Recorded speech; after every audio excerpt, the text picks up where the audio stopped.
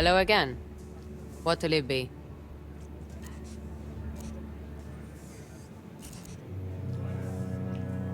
See you.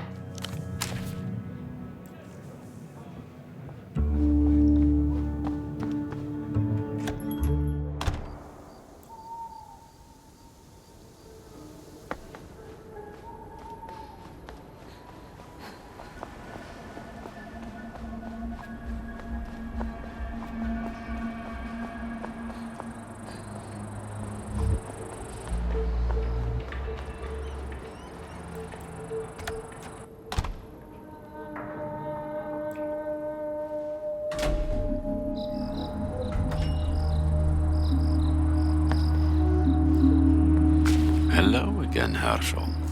What have you got for me? Good, good. Now hand them here, please.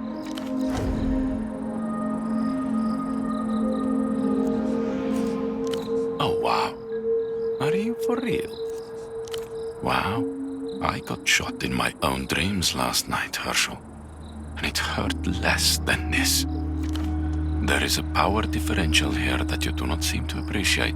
And I have to tell you, as your de facto lead, this is concerning to me.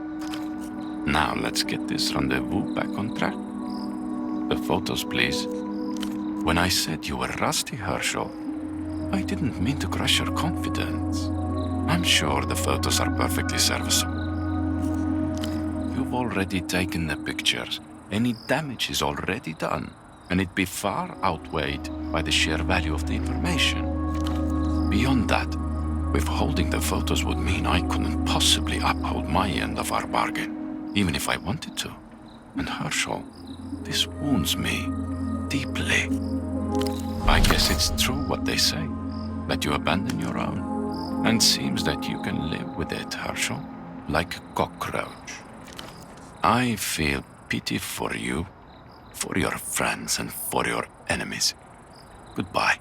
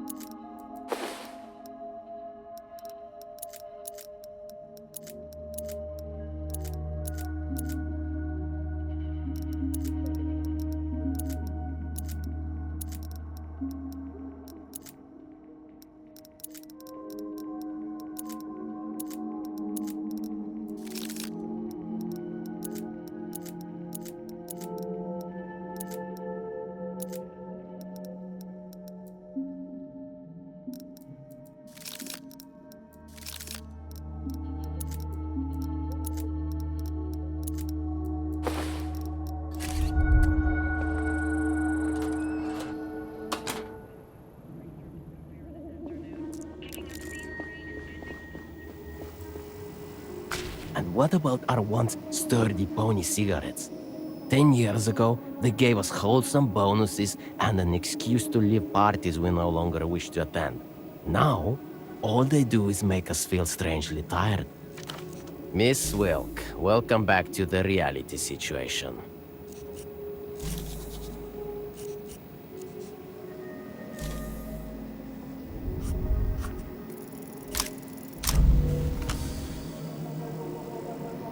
He is infringing on your sovereignty. Make him answer. You don't, but this does. Approximately the size of a large lemon, matte coloration. Appears to be a Dulceola F-33 hand grenade, designed for anti-personnel use in close quarters.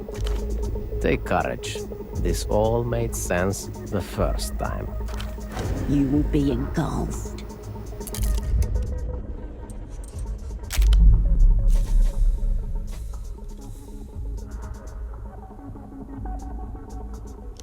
A man with a grenade in his pocket is a fool on every day but one.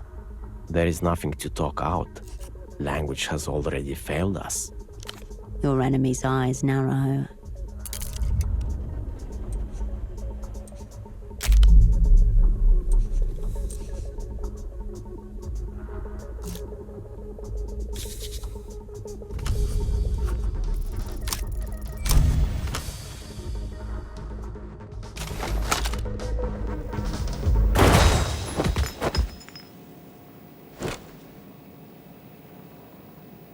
The bullet passes through his head, taking his life with it. He collapses on top of himself. A sour body odor washes over you as you pull back the flap of his grey coat.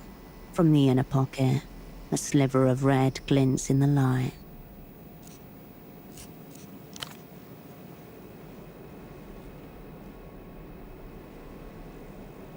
The camera eyes watch your every move.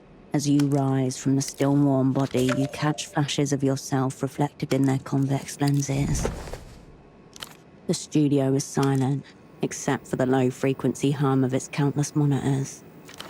The secret meaning of this gesture will be analysed and debated by the conspiratorial community for years to come.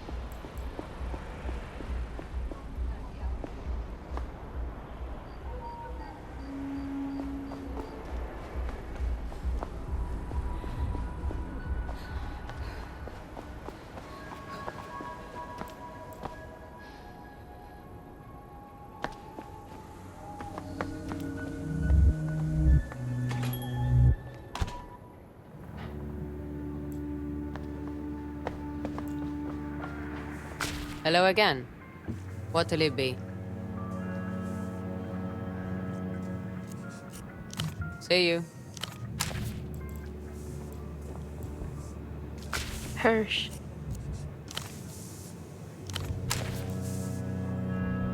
The TV is working normally again. On the screen, two pelota teams are caught in sweaty rivalry. A mascot in an elaborate moth costume dances on the sidelines while being pelted with trash. The picture looks a lot better now. Thanks for doing that thing.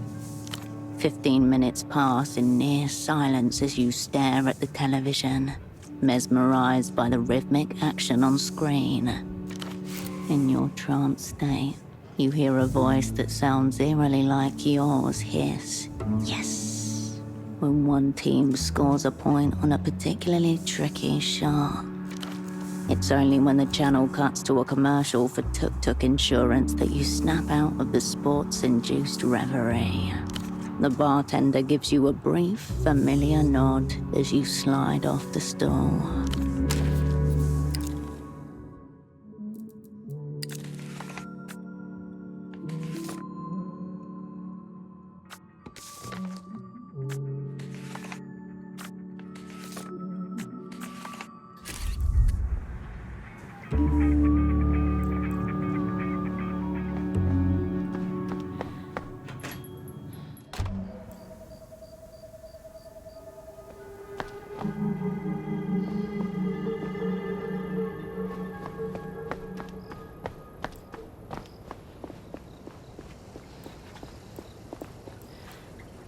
Where'd you get a carabinero hat, miss? You shouldn't be wearing that. Could cause confusion. Not something I can arrest you for, no. But if you impersonate any kind of law official at an actual crime scene or become a nuisance, then you could end up in court. Best if you remove it when out in public. Nothing to worry about then.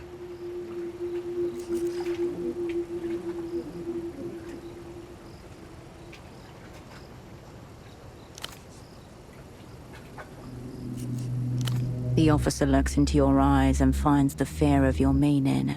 He stifles a gasp.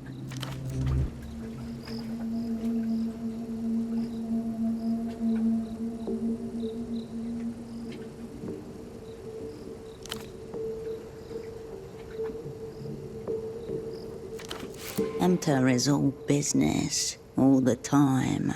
Lots of money to be made from people taken against their will.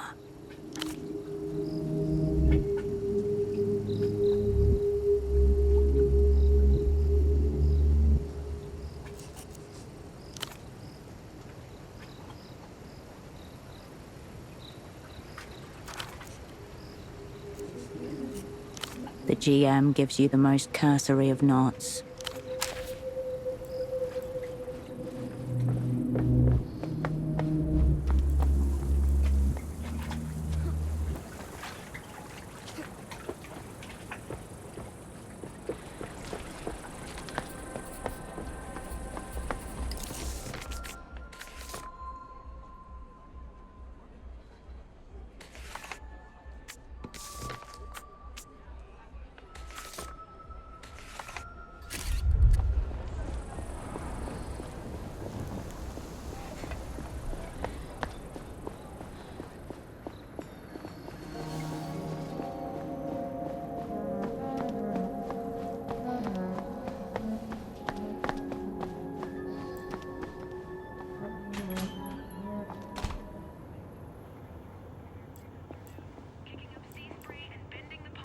I'll print. Very well. She gives you a nod. Nothing, I'm afraid. I'll be here if you require anything.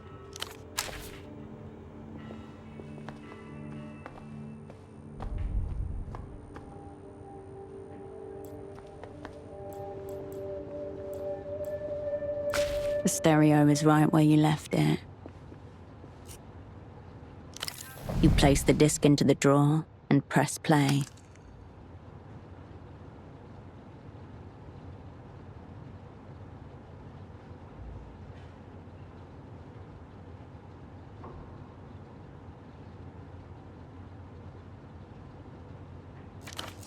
The track begins to play.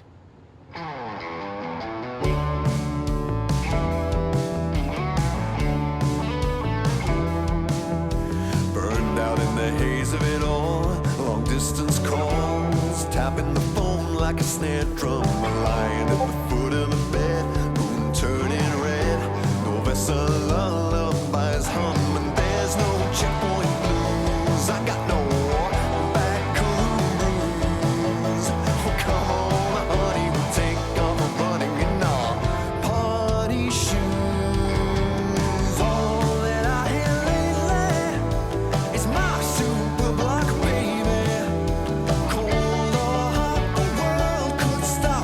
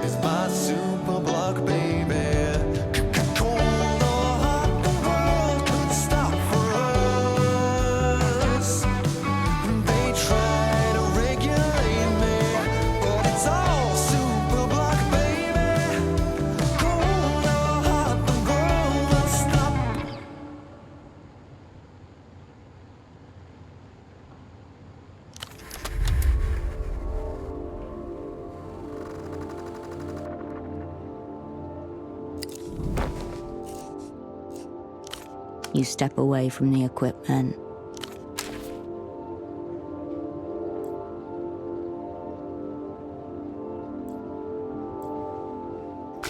Raw information atomizes itself. On the other side of the world, a phone rings. Cascade. Go on. As in Nestorsveld launch? Excellent. There must be archives still in the Pittel tract, surely. Certainly. But do get that information, Cascade. Fine. Luck and skill, Operant.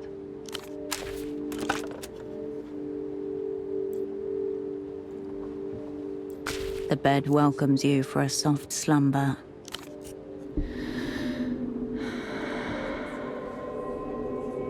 The stillness of the room quietens your mind as you settle down. As you are about to drift off, the phone rings. You clumsily reach up and hold it to your ear.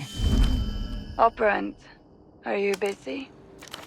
Strange cadence, uneasy syllables stumbling over a sloshing B. Yes, it's me. She sounds quite drunk. I just wanted to make sure you're still there. Good. That's very good to hear. Another operant was zeroed out in theater today. No one you'd know. Hopscotch, our old hand in Mercia, executed by monotheists. Whole network lost as well. Yes.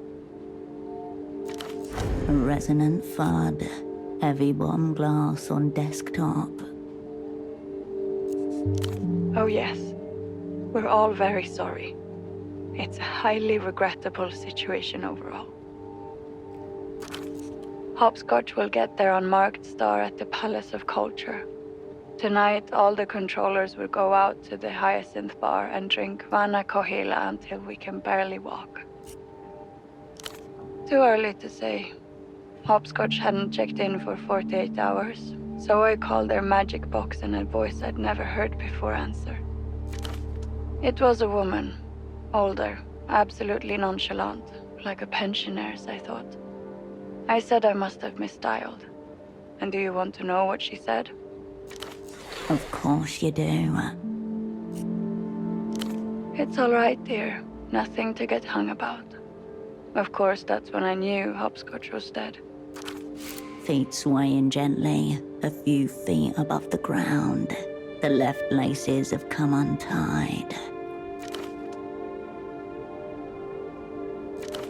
I'll remember her voice for a very long time.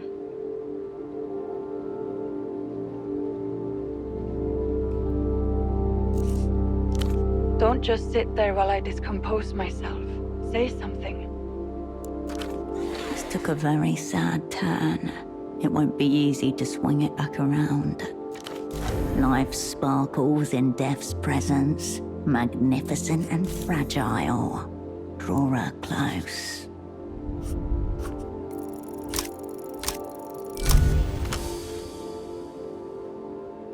Even if you survive this assignment and live for her to give you 100 more, you may never get another chance to bare your heart like this.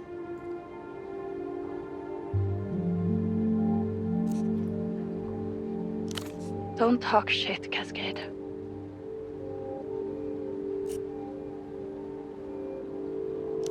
I'm tired of pretending. There are dozens of other controllers.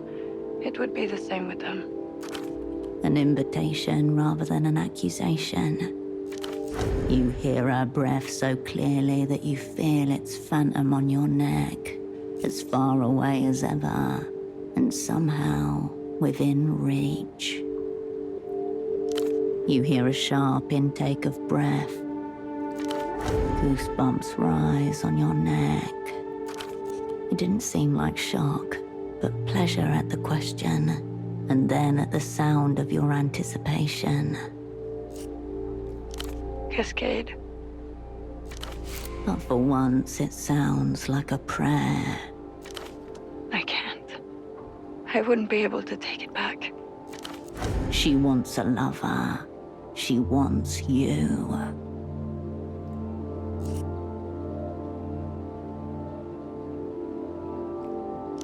You're getting too comfortable. What would you like me to say?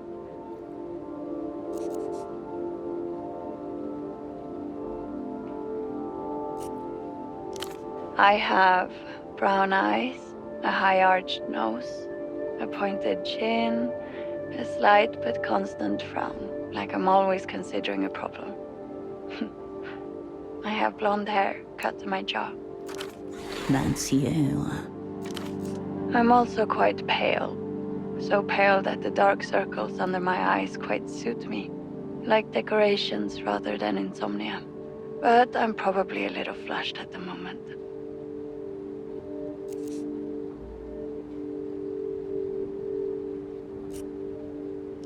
Am I?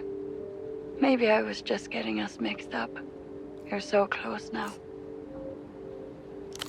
It's Melita when you say it. Even though it's false, I can hear the intent of me on your lips. And that makes it true.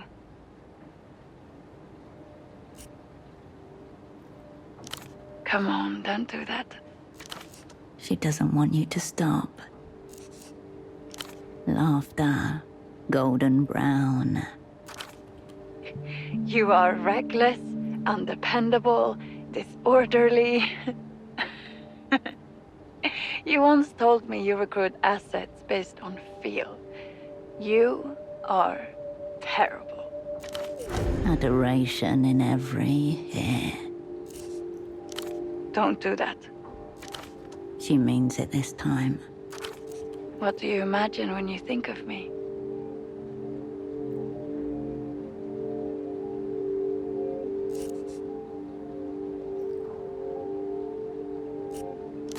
I don't feel like anything. I'm a ghost, an error. Even if you could hold yourself to me, wrap yourself in me, there'd be nothing. But then I wouldn't be me. Thank you for talking to me. I suppose tonight our roles were reversed. The line deadens to a low, constant tone. It sounds like a lament.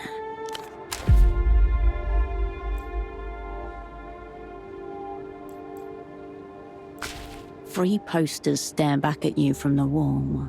A watchful triad, ready to creep into your midnight hour. You always felt that way when surrounded by that number of your crew. For now, this'll do.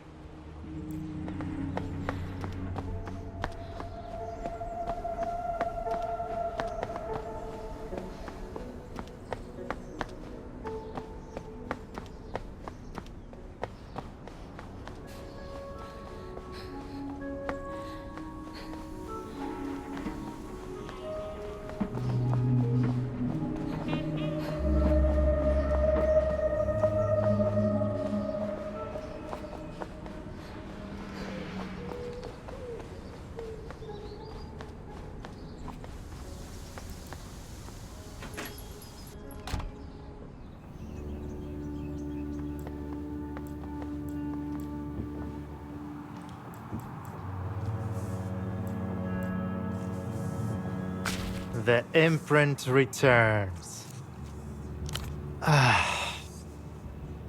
Go for it.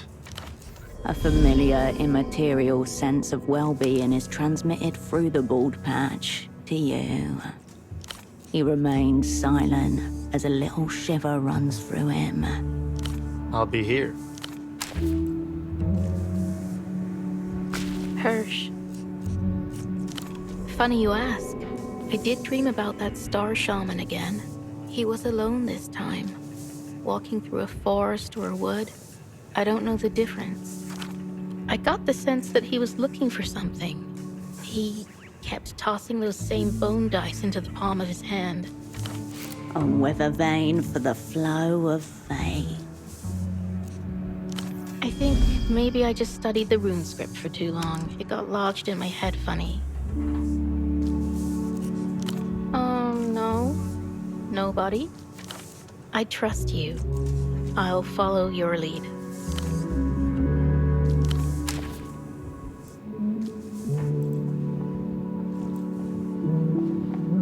Cascade, I've been playing I Spy relentlessly with myself to pass the time. Pretty even as things stand, but I'm certain I can best me.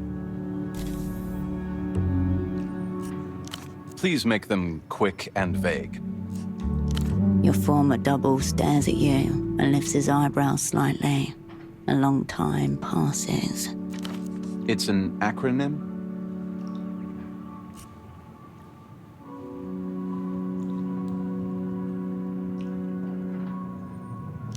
No. In this instance, hermetic bears a double meaning, both utterly sealed and in the tradition of occult science. That is probably the word I'm most proud of in the acronym. Thank you for highlighting it. I concur. I'll be here, Cascade.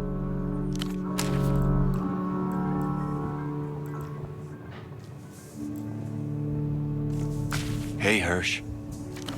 How's this life treating you?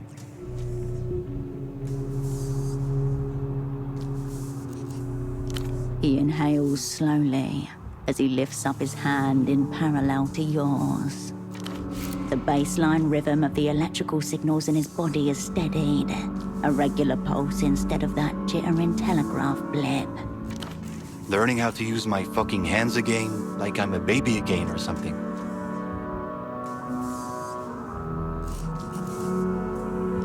All expression vanishes from his face. The wrinkle lines smooth over and the frown of concentration disappears. Say the word, H.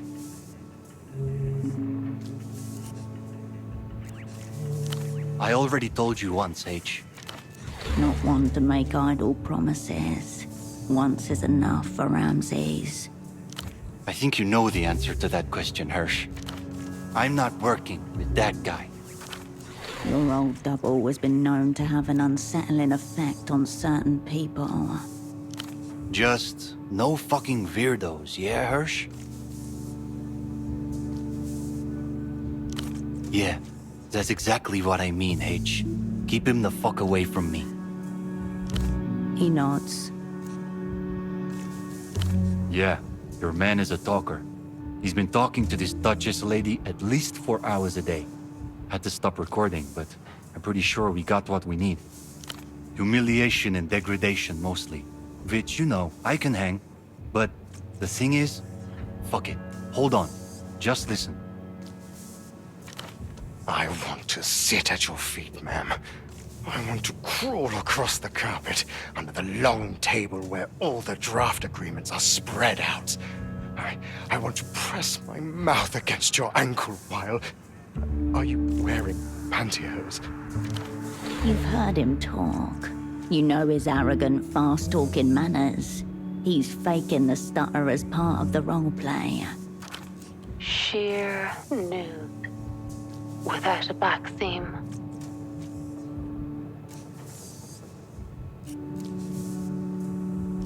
It's all like that. I wish to slowly wet your protruding ankle with the tip of my tongue while you tell our counterparties what they're going to do for us. Hours of that shit. Work and fetishes mixed together. I don't know exactly what you're looking for, Hirsch, so I did the best I could with what I had. He gestures towards a series of marked discs waiting on the table. Just, you know, cut up the audio, identified semantic ties, bundled relevant segments together. It's all here on these discs. The editing job alone is probably a week's work. I live for this shit, H. Just hard to do that when I was, you know, fucking barely alive. Let's dive in, yeah? It's a good one. He reaches for the recording and sets it to play. Amid static, a warm voice surfaces. Perhaps I should be talking to your senior instead. He's senior, is he not? That means he's less of a worm than you are.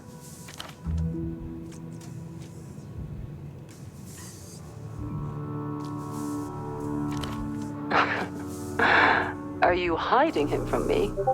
Why? Are you scared I'll make you and those Lucian men watch as he worships my toes?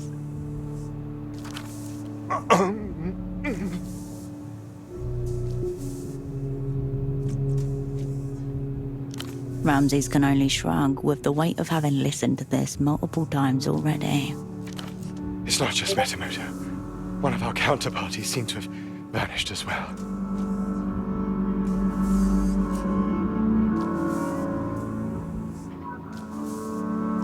They snatched one of the Lusians. Who's taking them? Where are they going? Is it because they're underperforming? Oh, Frederick, you don't really think we'd make people disappear over a poor performance review? But if you did, would you disappear? Me?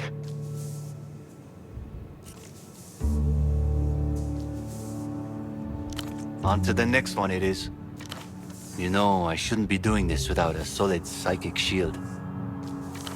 A light flicks, and a pungent, familiar smell wafts around you. Ramses inhales deep, then offers you the joint. I am a professional. Got a question. You ever think about what this stuff is doing to us?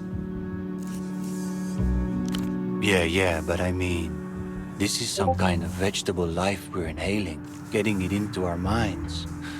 What if we're like fucking becoming one? He's right. The vegetables are probably setting up home in your brain grooves right now. It does feel like something else is controlling your body. The party has been compromised. Oust the vegetal dissident. I don't know. Some high priest of veggiedom come to take our animal flesh or some shit. Good, though. Think about it. All I'm saying. Something as good as that always comes with a cost.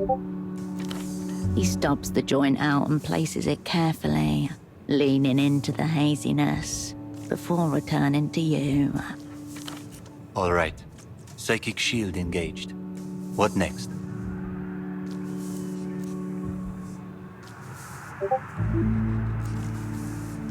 Ah, that one's a bit of an outlier. See, our guy rang up the miracle line at some ungodly hour in total shambles. Weird bit is, for most of it, he didn't speak a word of Mercian. You've heard Emter's got their own little secret dialect, right? A pseudo-language stretching back centuries, cobbled together from imperial slang and colonial patois. You first learned of its existence after joining the opera. Figured. I've heard it a couple times before. Pretentious garbage. I don't know what our man's saying, but before hanging up, he flips back to Mercian. A possible rendezvous. Actionable intelligence. Maybe. It's a lot of ifs, but that's my guess. Strap in. Hello. Are you there? I've been meaning to ask you something, ma'am.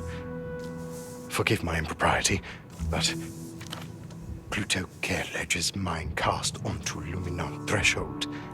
Den you grant us a souffle partaged. Alcove sipped fine sits nigh threshold. If such environ suit. A poorly conceived, underbaked hodgepodge of old and modern developed world languages, mostly from Mercia and Ile-de-Serres. That is Emter-Can. No, that remains to be determined. As Plaza the scared swells, and bleed songs thicken, anon oi may mark upon our shadows. Maybe tomorrow night?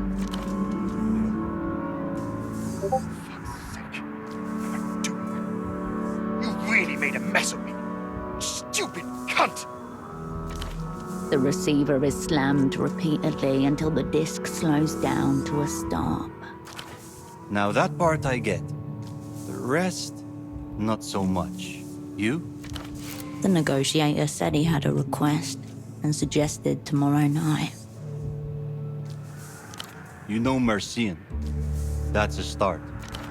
I could isolate some parts, slow them, fuck with the pitch. Just say the word. All right, just say the word. Don't be a stranger. How goes it, H? Enter or lose? So it's an assassination. Why now? He keeps tugging at his beard, engrossed in his thoughts, before suddenly shrugging. Still, it might just work, you know? A sudden, bizarre flare of hope.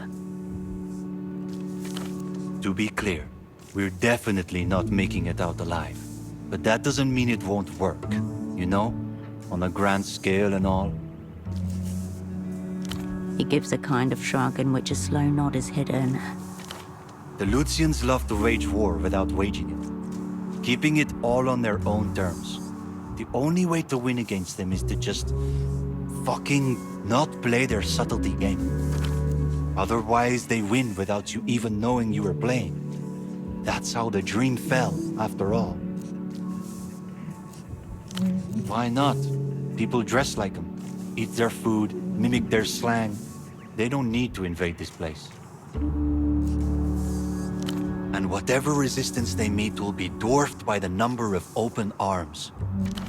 The People's Republics could roll out the warships, maybe claim Portofino, blood, ruins and all. But what's the point? You can't carpet bomb want.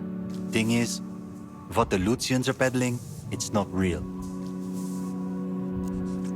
It's a ritual, a shit song they keep pumping over the radio until one day you wake up and find it's your favorite tune.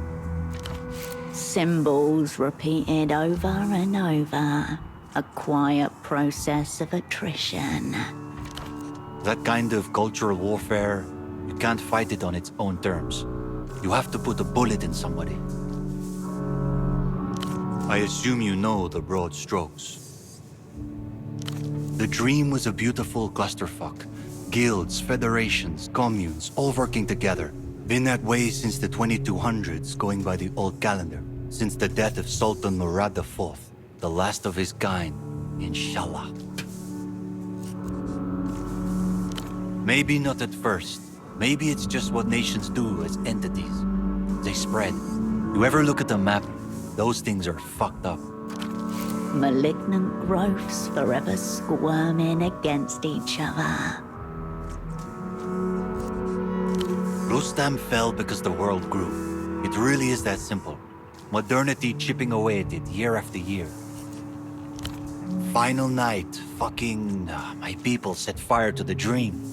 Every granary, every workshop, every field, every road. Victory. The fields were ashed and salted. The topsoil scraped away. Wells were blown up. Water sources buried under rubble. Scorched motherfucking earth. Here's the takeaway, Hirsch. Every invading force has its terms. You want to fuck with them. You can't play their game. Yeah.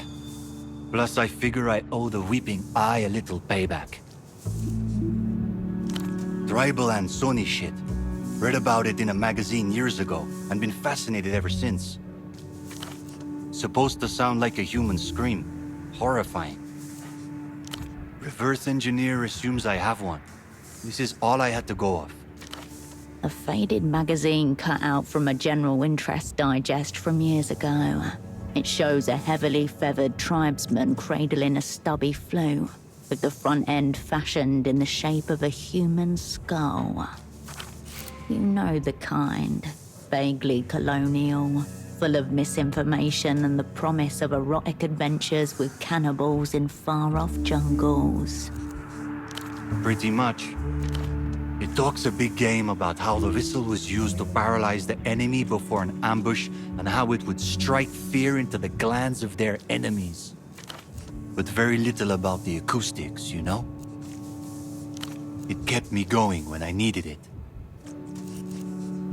Well, the pitch depends on the tube diameter, you know? So you could probably make a really little one that sounds like a child.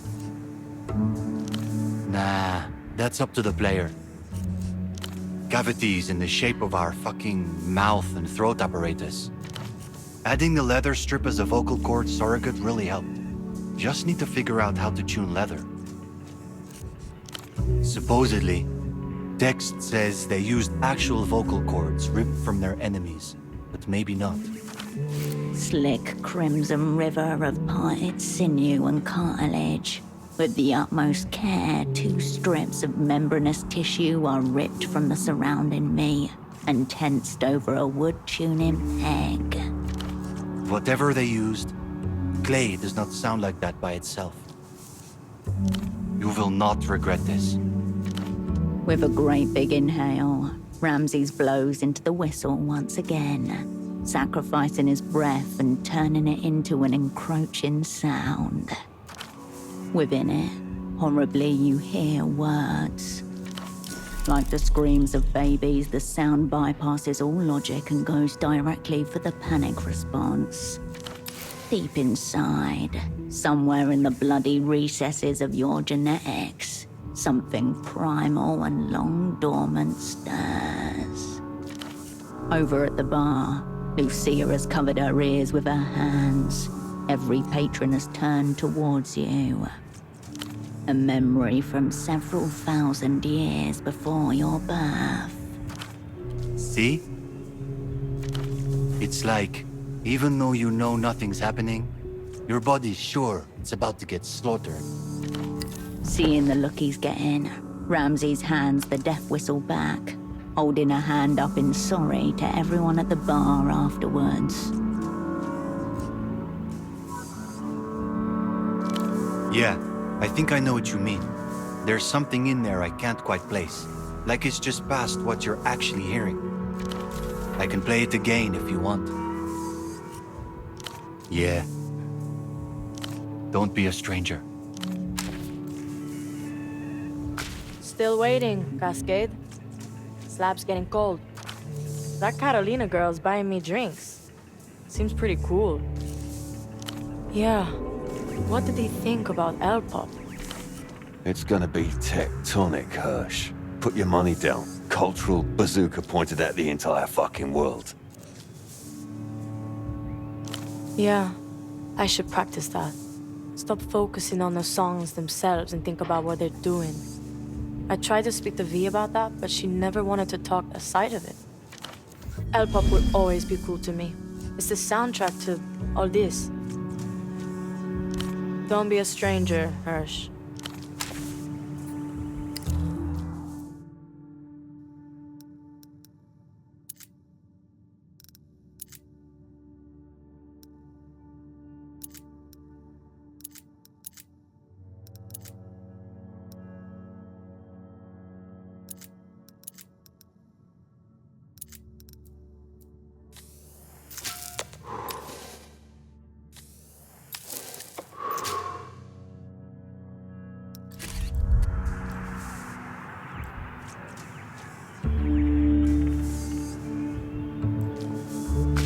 Up around.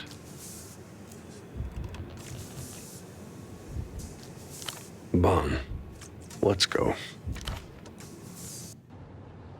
The yellow disc slots into the disc changer with a soft click. On your mark, up around. A click, a fog of static.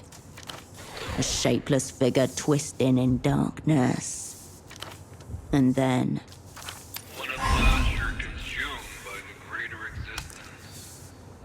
When the border between love and terror finally dissolves, and you come face to face with cruel danger. The old spy's face is fixed in stony concentration. He doesn't so much as look up at you. Who wears a face like you but from a dream?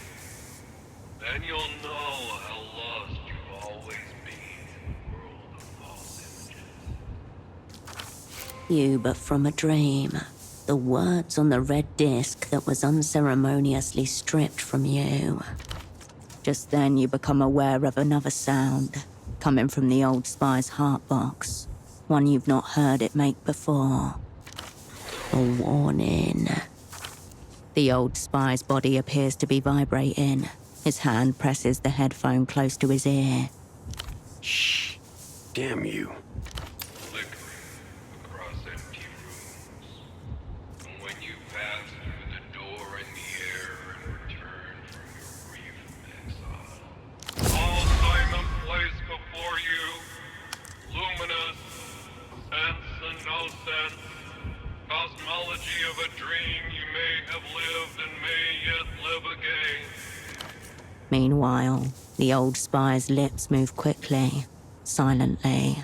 What will you say to that cruel angel who waits for you when they ask what you've done with your heart? A blizzard of electrostatic, then nothing. The air is heavy, your chest tight. You've been holding your breath for approximately an eternity. Slowly, the old spy removes his headphones. Recognize? How?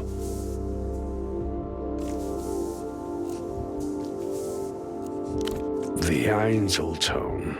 Right. The title.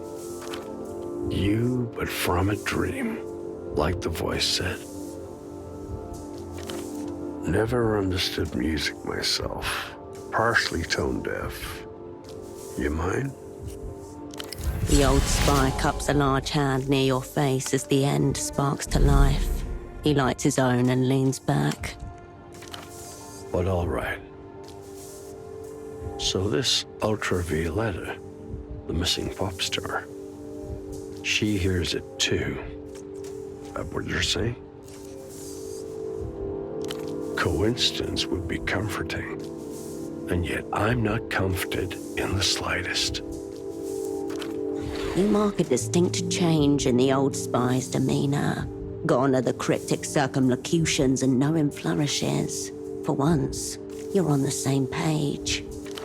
So our pop singer gets on humanity's enlisted frequency, cuts a new record, which lo and behold, turns out to be some sort of metaphysical superweapon, if the bag-headed individual is to be believed. One immediately wonders, has the Ministry of Mass Culture got any idea about this? What powers they're tempting?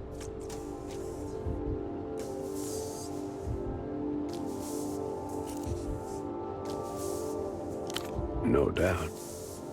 Seems she may be the linchpin of their whole endgame. But then how did one of these discs make its way across the wide and teeming Nuscarinta Sea to Portaferro and into the stereo of your unfortunate double? Tested in theater then. Smart spy might ask what this amateur fool is doing with his hands on such a thing. Seems important. He brushes the braid of cords aside so he can mash the remains of his cigarette against the side of his box. One thing. This red disc of yours, the Einzeltone. One play only. That's the deal. The old spy nods thoughtfully. A weapon like that, in the hands of an operant with a mind to use it, could be extremely potent. Not a weapon, a tool of psychic eviction, a means to disinhabit the soul. Probably impress your controllers. Reminds me, your thing. Yes, what this was all about. The Grand Lich's time of arrival. It sounds so pitifully small now. Your thing. It's a tree you're waiting on. Lusian ginkgo. Planted a long time ago. So you know. Bon. Funny thing about Lusian ginkgos. they all lose their leaves simultaneously. Genetic, supposedly. Big ritual day. For example, and now, operand, we come to our parting. A strong draft of both. He takes up the heart box. His heavy frame shudders with new vitality. Fully charged now, the world's first augmentoid hyper spy. I hope you get a good price, operand. His heavy steps echo down the hall stairs and then fade to nothing.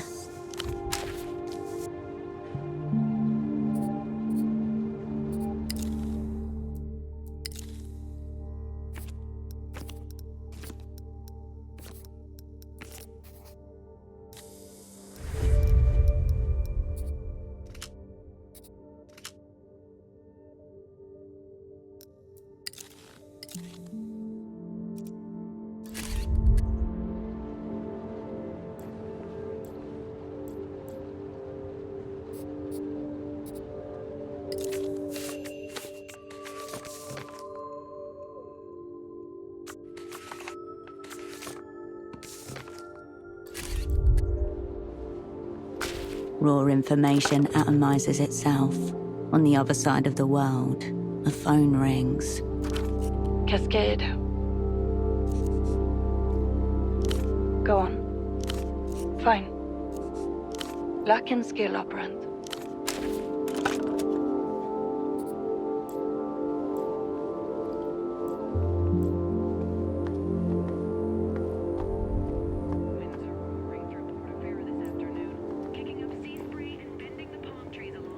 Oh, Prince.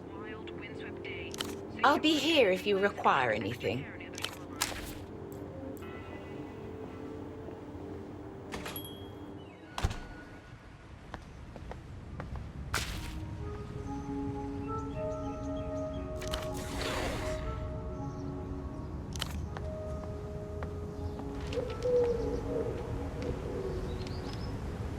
Yesterday, there was a curtain of leaves.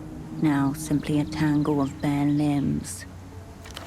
On the ground, a pool of golden tears.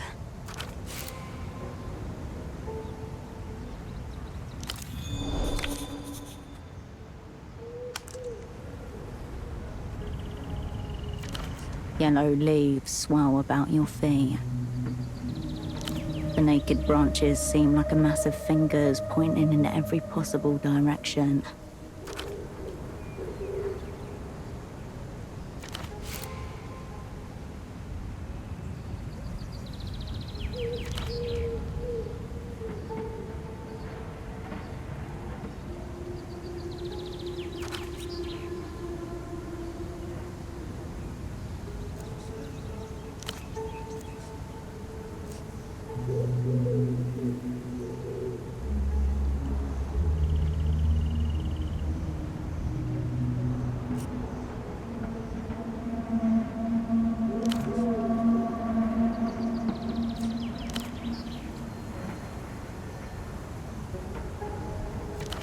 You turn back to the ginkgo tree. Its branches spread into many futures. If you had time, you might count them.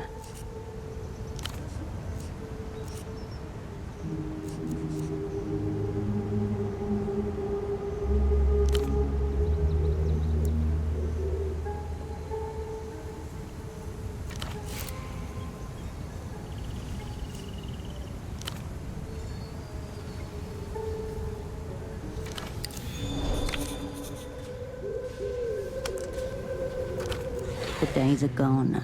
Only hours remain. The fallen leaves crunch gently beneath your feet. The day opens wide before you.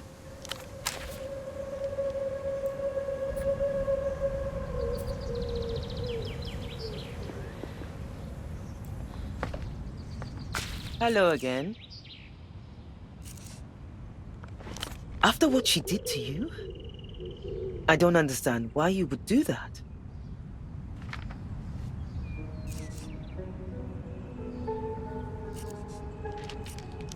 Many a poet has written about the unpredictable nature of the heart. We are all at the mercy of its whims. Goodbye.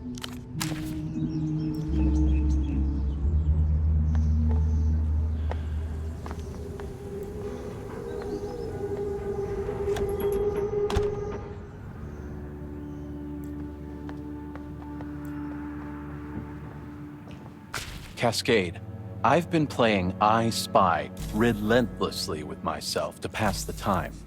Pretty even as things stand, but I'm certain I can best me. I'll be here, Cascade.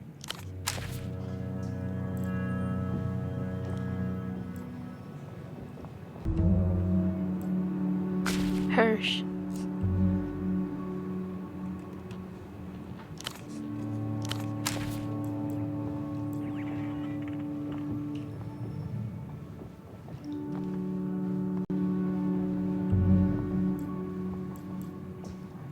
Cascade, I've been playing I Spy.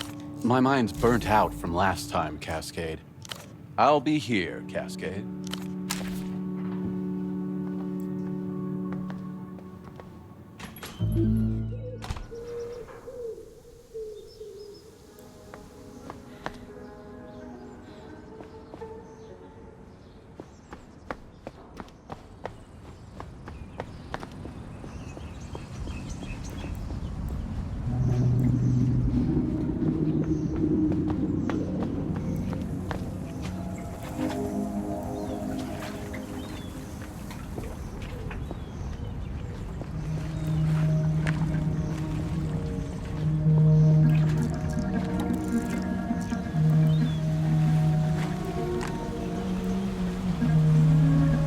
The smuggler inclines his head in silent recognition.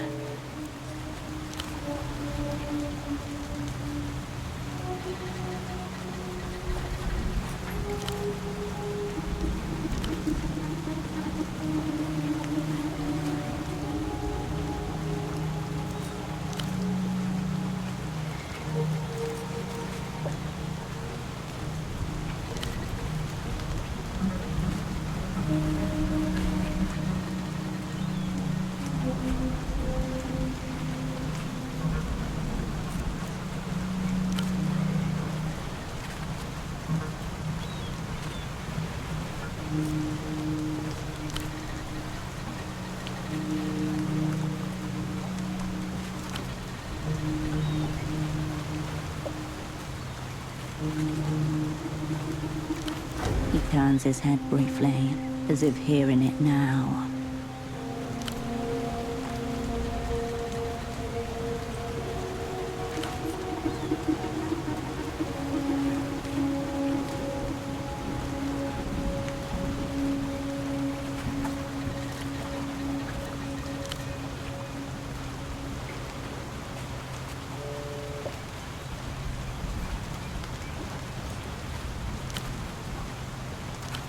He glances briefly at the crane, then takes a new cigarette from the packet and places it delicately in his mouth. He lowers his head in brief salute.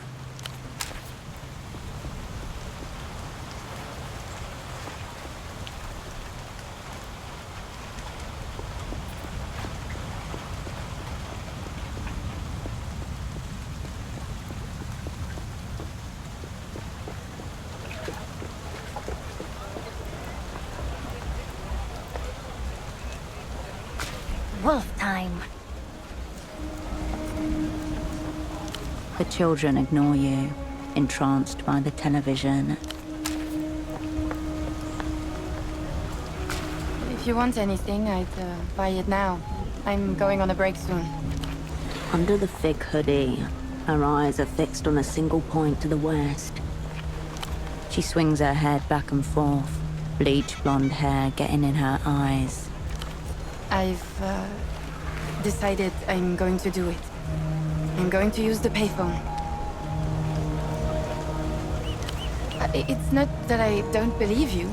I have to see for myself. Do you understand?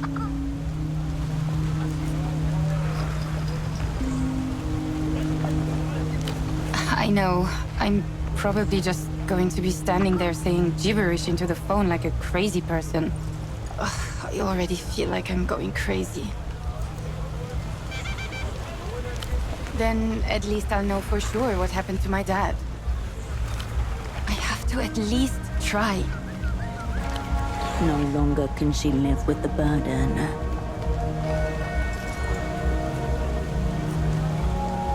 Thanks. Yeah, me too. Anyway, anything you need before I step out? What takes your fancy?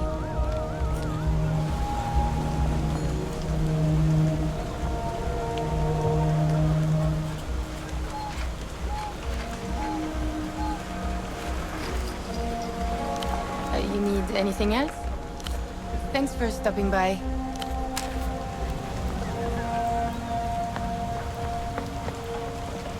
Welcome back, my good replay.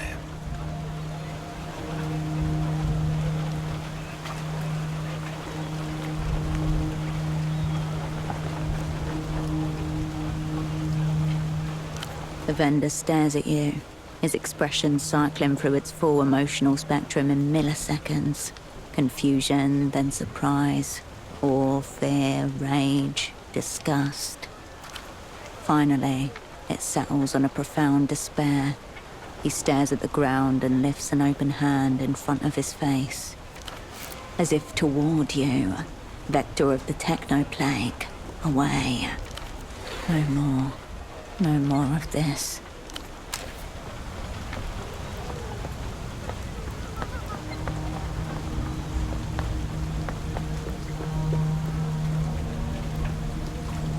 You return to the rack of clothing. Price tags rustle beneath your fingers.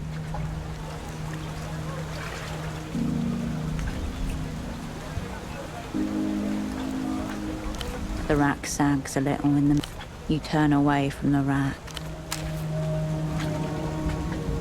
Good day. Good day to you.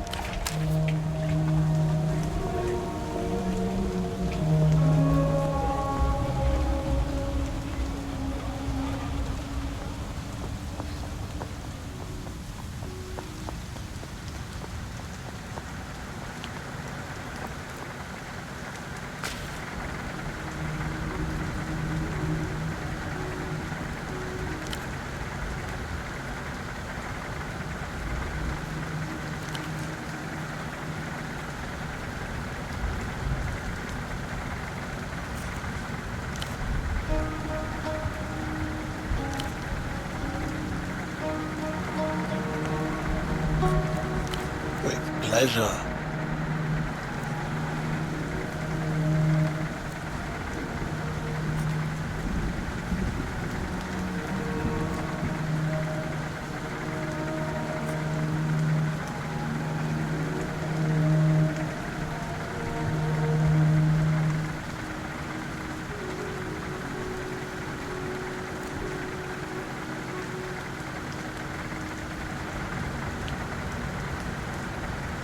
All right. Tell me what's on your mind. I'll be seeing you.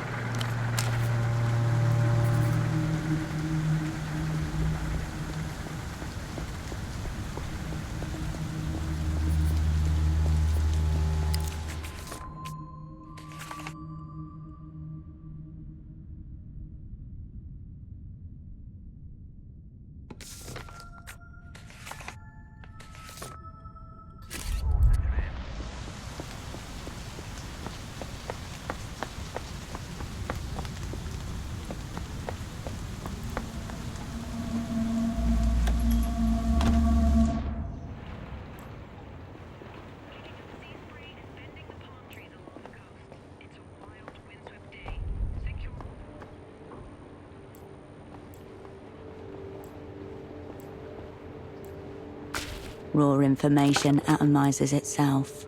On the other side of the world, a phone rings. Cascade.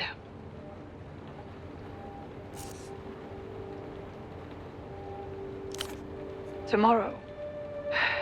So that means you got everything in order. Plot, tools, squad. We need to go through it, for the records. For your pomegranate red folder, she means. Material for future reviews, case studies, and post-mortems. Ready when you are. To your chosen four, then. 4 hearts, 4 points of light, waiting for you to draw the constellation between them. Let's start with the easy one. You, Cascade. You will be knight errant. The one who must only bend and never break. A tensing deep in your gut as your name is committed. Your cupbearer? The one who should never waver. Cryptonym? Very good. Your astronomist? The one who provides a different point of view.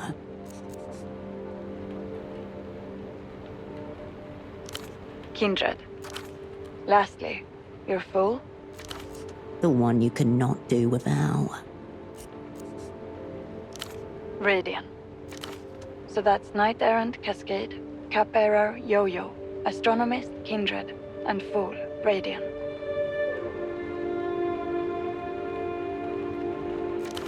The names feel heavy, irreversible, marked in blood for offering.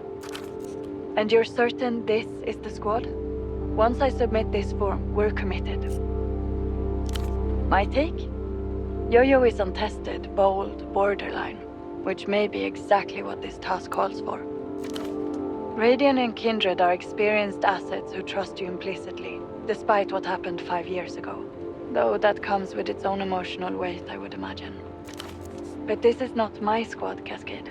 If these are the people you want by your side, then I would call it a good lineup. So it is. So it will be. Yes, what have you found out?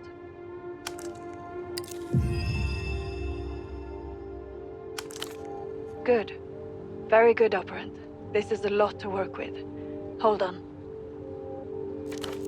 The guard detail. What do we know about it? The head of the Weeping Eye is there? In Portofino? Stopped in her tracks. Yes, that matches our own analysis. I wonder... Cascade, something about this doesn't smell right. It makes me think... She should call off the assignment. You're right, you're right. We both know what we signed up for. Here's my recommendation. Tomorrow morning, you, Radian, and Kindred will travel to the War Criminals Shrine by Aero Tram, as early as you can manage. Yo-Yo will follow later, on the same tram as the Lich and his entourage. Stuck in a metal box moving at 55 kilometers per hour in close proximity to the enemy. No way to call him back up. No way to jump out. You only know it's gone wrong when a body shows up on the other side, punctured and bloody. Fortunately, there's only one Aero Tram that goes to the Shrine to Deathless Heroes. It shouldn't be too hard to keep an eye out for the Lich's party. Once the Lich's Aero Tram has arrived, rendezvous with your two and plan your next moves. We're going to need a lot of imagination to pull this off. If this is a ritual, there must surely be rites to perform. With luck, you may even catch the Lich unattended, though I wouldn't count on it. Right. You managed to procure a gun at least. Good, so that's covered. Anything else on the subject of tools? How? I thought that was supposed to be impossible.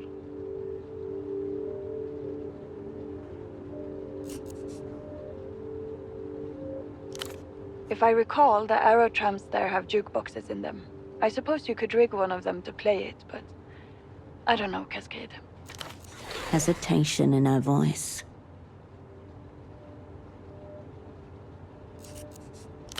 I didn't say what you should or shouldn't do. This is your assignment. And? What's that got to do with anything? I'm happy for you, Operant. Very good. A heavy silence falls over the line. There'll be no getting out of Portofino by plane. The phones won't be safe any longer either. I can get you a boat. It's a signals vessel, part of the network that makes your magic box work. It's small. There'll be just enough space for you on board. Getting everyone out at once is out of the question, I'm sorry. Your squad mates will have to fend for themselves until we can arrange for their extraction.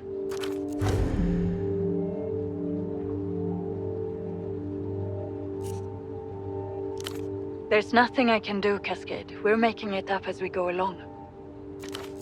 We won't forget them, but we have to work with what we've got. And what we've got is a single, very cramped boat. You're lucky we can get anyone out on such short notice. Our jobs, Cascade. Same as we always have. There'll be plenty of time to think of a more personally satisfying answer while you're on the boat. Alone. There's a relay buoy in the Nos Correntes, international waters. It's secure and safe. Call me when you reach it, and we'll discuss next steps.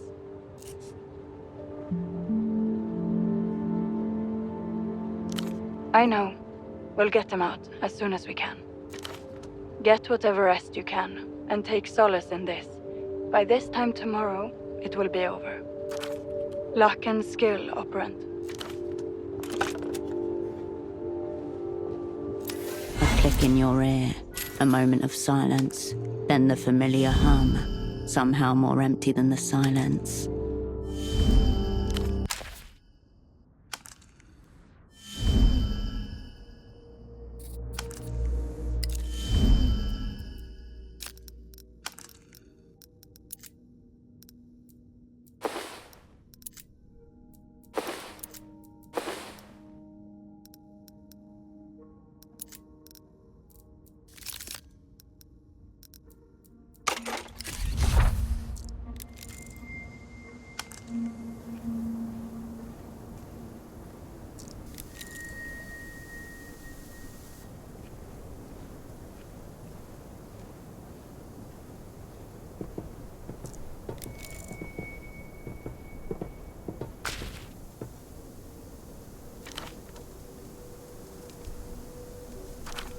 She's dressed just like you when you first came to Portofino.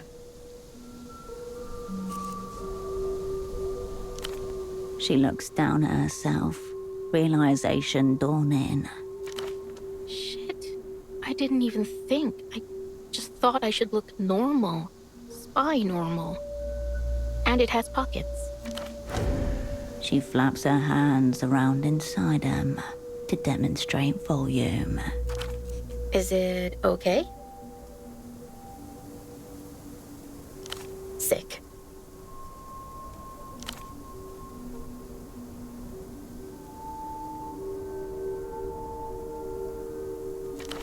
Blood all over the sofa cushions.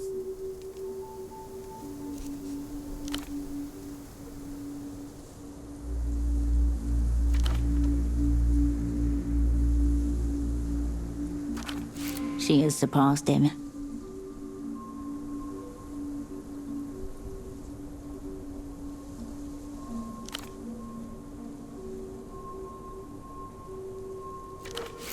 Not him, too. Everybody's woo-woo. Well, successfully combined, I mean, without killing anyone or anything like that.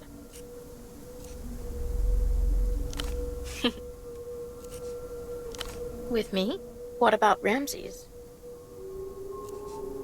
Cool, cool. Got it, Hirsch.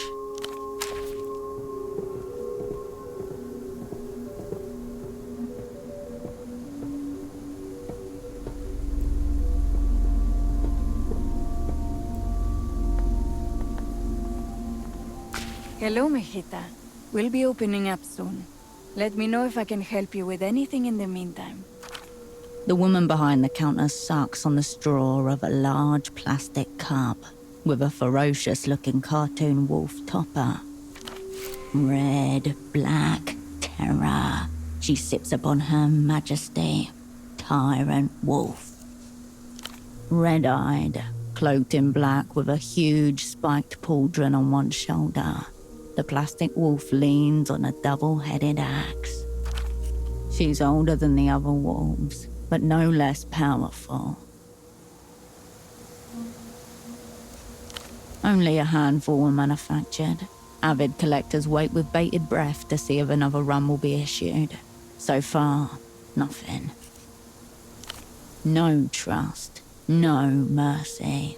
Her heart's petrified in her chest, a stony remnant of everything she left behind to stay alive. There's something furtive in her eyes, a hunted quality that feels wrong to see in a predator. She wants to nuzzle, but she is too proud, too tyrannical. The shelves behind her are populated with postcards, refrigerator magnets, plastic picture frames, and a lone snow globe. Souvenirs, yes. Good point. Are you really going to return to Melita, arms swinging? That's big picture stuff. Important, sure. But she will also expect some nice little thing that you picked out for her. Souvenirs are nothing but pressure. Images spin past as you turn the rack. A map of the city during the annexation period. A chain gang of cartoon prisoners above the caption, "Hard time is a good time in Portofino." We have stamps as well. One for every deathless hero. Beautiful, isn't it? She fastens her hands around the orb and turns it upside down. Hundreds of tiny ginkgo leaves swirl around the miniature shrine within. There's even a little tram station. But flawed. See the main shrine? The flurry of ginkgo leaves settles, tumbling down the plastic landscape to reveal a clear view of the shrine at the top of the mountain. Looks like a shrine. Faces carved into mountain. The deathless heroes, silly. There aren't any. Look at the carvings on the mountainside. No features, just faces. A shrine to possibility. A shrine, perhaps, to right now.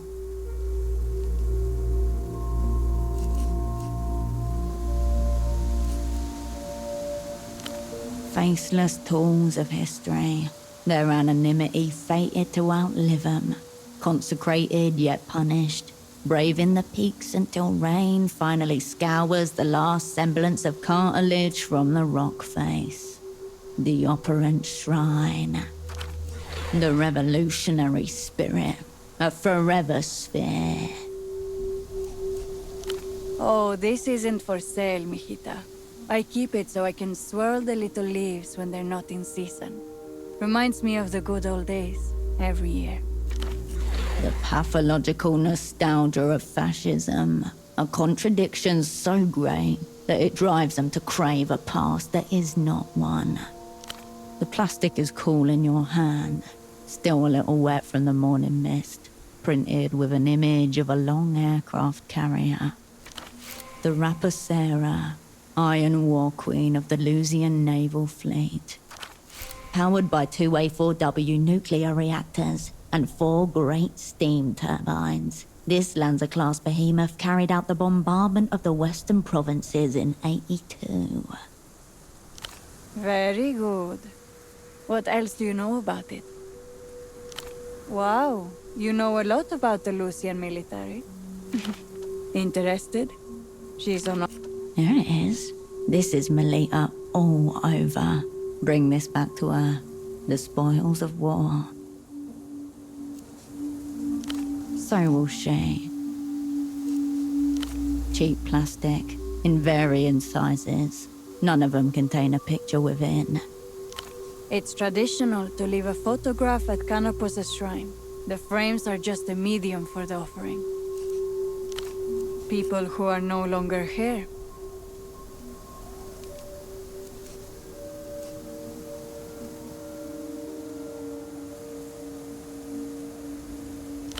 A good choice. It'll add an air of real majesty to any fridge. Of course. Please place it at the shrine to Canopus and think of someone missing. Of course.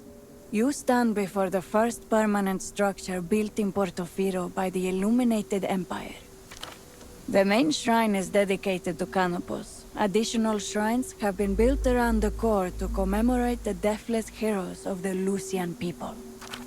Supplementary propaganda, lovingly committed to memory. In total, there are 66 patriots enshrined here, from the earliest captains of the Lucian Armada to figures from more recent history. 66. Like the wolves. You're a 66 Wolves fan? My stepdaughter is obsessed. And yes, isn't it clever? Lucian shows are so good at weaving history into their stories. It's suddenly clear why, of all of their programming, the Lusians seem so eager to push the cartoon through the cultural blockade. Wrong. This hill is joint Lucian Portofiran territory, as per the Historical Properties and Heritage Site Agreement of 83. It is a symbol of mutual peace and understanding, and it always has been. Yes, a hill of peace and understanding. You know how it is. You wake up one morning and it's like, what have I been doing with my life?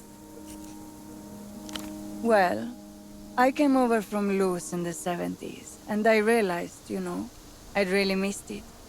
So I started visiting the shrine to pray and think and reconnect. One day, the old shrine maiden dropped dead in front of me, and I took that as a sign. Yes, aneurysm, I think. Here, then gone. No pain at all, just a little blood around the nose. All I know is, people have a way of ending up right where they're supposed to be. She smiles at you again, but her eyes are cold. Happy to be of educational service. Enjoy your visit.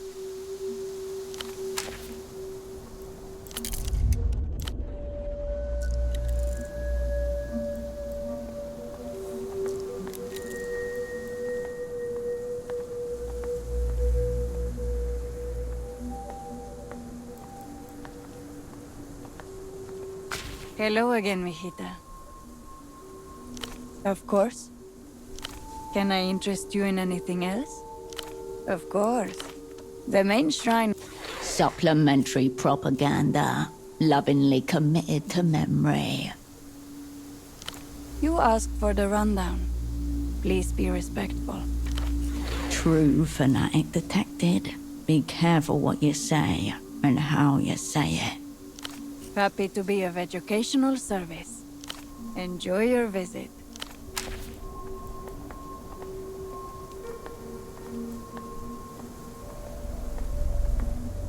What's on your mind, H? Staring off into the middle distance, twirling a wire between his fingertips. Nothing in your asset's demeanor, or indeed dress, betrays that he's aware of your impending assignment. Whoa, you think I like this trash?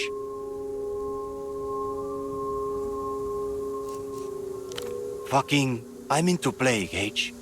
If any of you ever heard me listen to this fucking underground shit? In the diffuse wilderness of Ramses' cognition, the line between irony and honesty is blurred to non-existence. And in this liminal space, he is home. I know you do. What, the chain-smoking teenager? Fearsome. Kind of intimidating, in fact. Says, reminds me of Taxman in a way. But it's even weirder on her.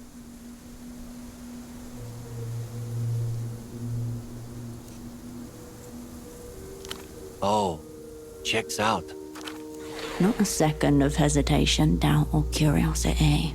You couldn't fake that kind of acceptance if you tried. Nope. As I said, checks out. Your asset doesn't answer immediately, and stares instead at his slowly rotating cable. Shouldn't have brought her, Habibti.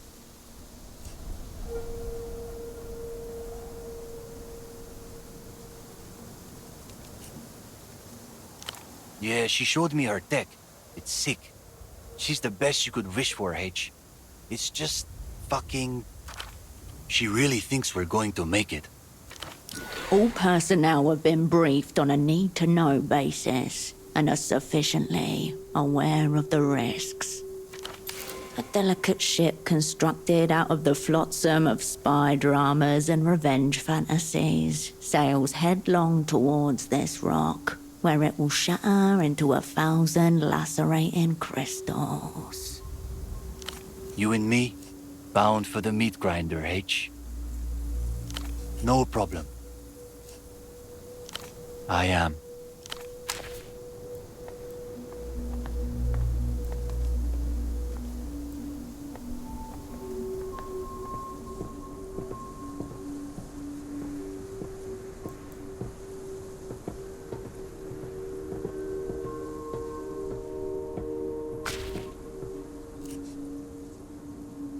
Wicked. She turns to look across the city below you, visible through scraps of cloud. The tram will be here soon. More excited than nervous.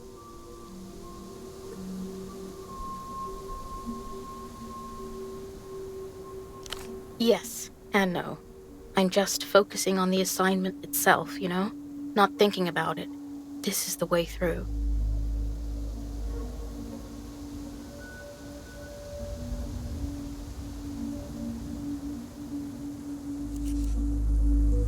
Stuck. Is that right? I don't feel stuck. I feel like I'm moving. For the first time in years. You picture the vivid yellow of her new raincoat splattered with her blood.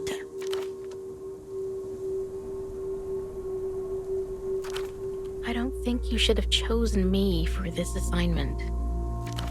That took great courage for her to say. All your assets in Portofino must have wanted to come, and I can't be the best. So, why me? Is that true? Gosh, I always wanted to do something important with my life. Something with meaning. Her yellow coat crinkles as she folds, then unfolds her arms. Do you think you could put in a recommendation for me after this? With the opera, I mean. I want to join. She is principled, skilled, self-sacrificing, and the worst has already happened to her. Bring her in.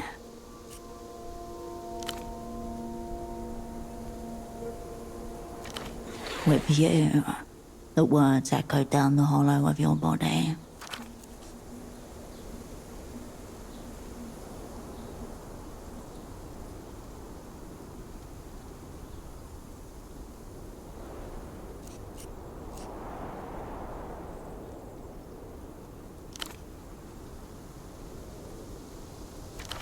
She would.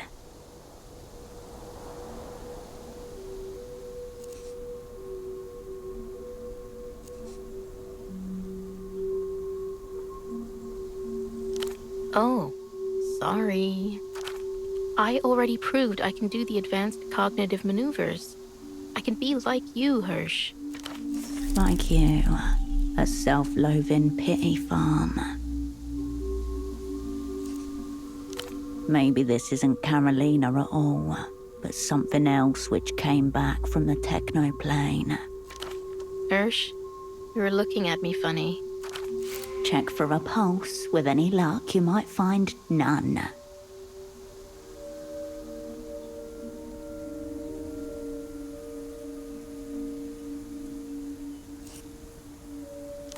From the interrogation, perhaps. I regret nothing. This is who I want to be. This is what I want to do.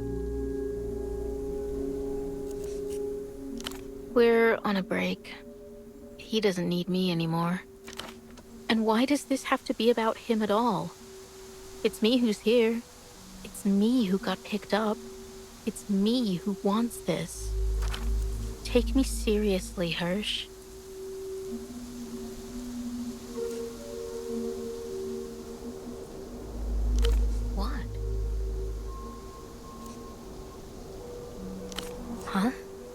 But you said you did it. You're telling me I'm the first? But no. Why are you telling me this now? You're just trying to put me off. Trying to protect me or something. I appreciate it, but don't. I know what I want. Also, just to keep you grounded, fantasies save you all the time.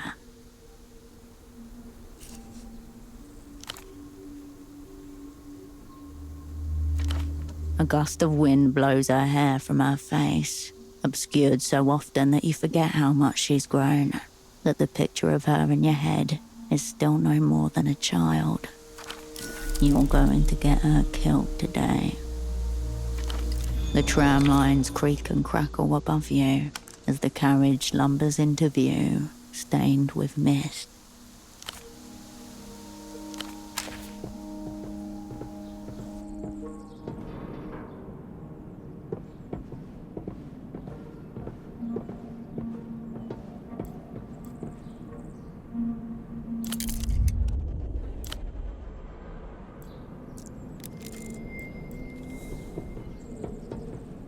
The Great Cascade.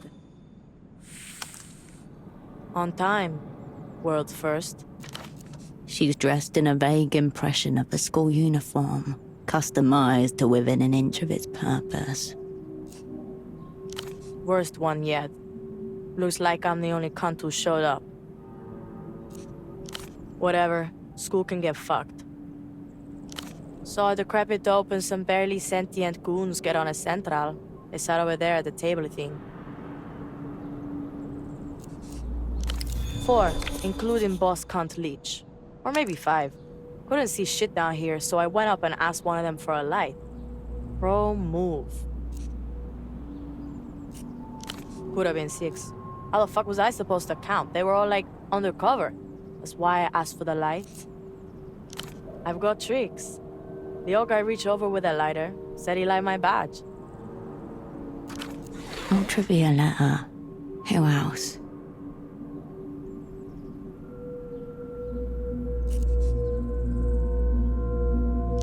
Not all that. His hands were shaking. Took him 2 goes to get the flame up. But Cascade, that old Leech guy looks exactly like that old Dante guy Tempo was dealing with.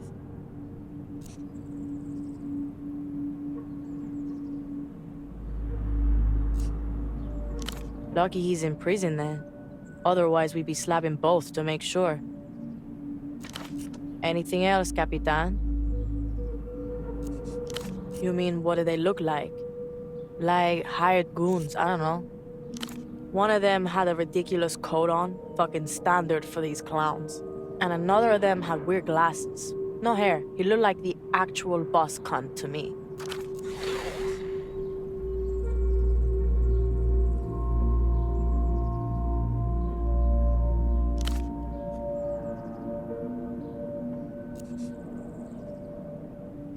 I know boss cunts when I see them, Hirsch. The bald glasses guy was running the show. Probably. Dunno. No.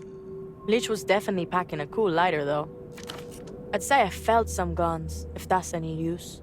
Saw them feelingly. Yeah, all around one table. Litchi by the window.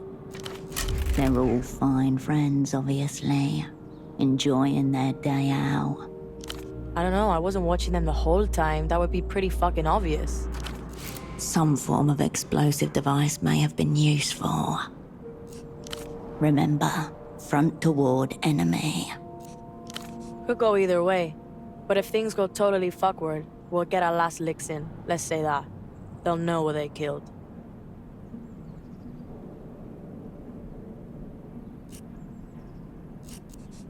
Say the word. Fingers on the trigger. You do not want this to end in a close quarters gunfight, if you can help it. You've got some kind of signal, right? If it all goes cunts up?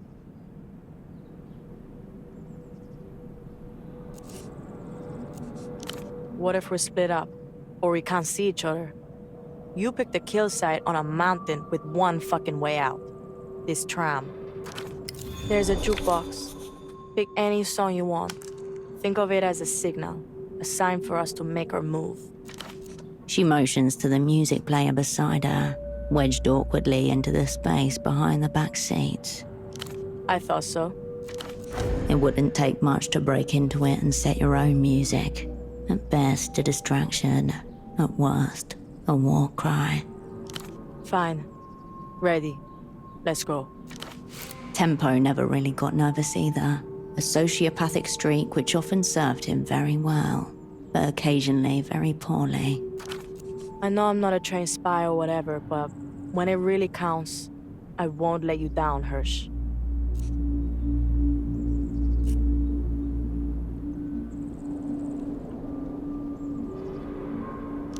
Her too. You think we'll be alright though, yeah? If you all make it out of this, it will be a miracle.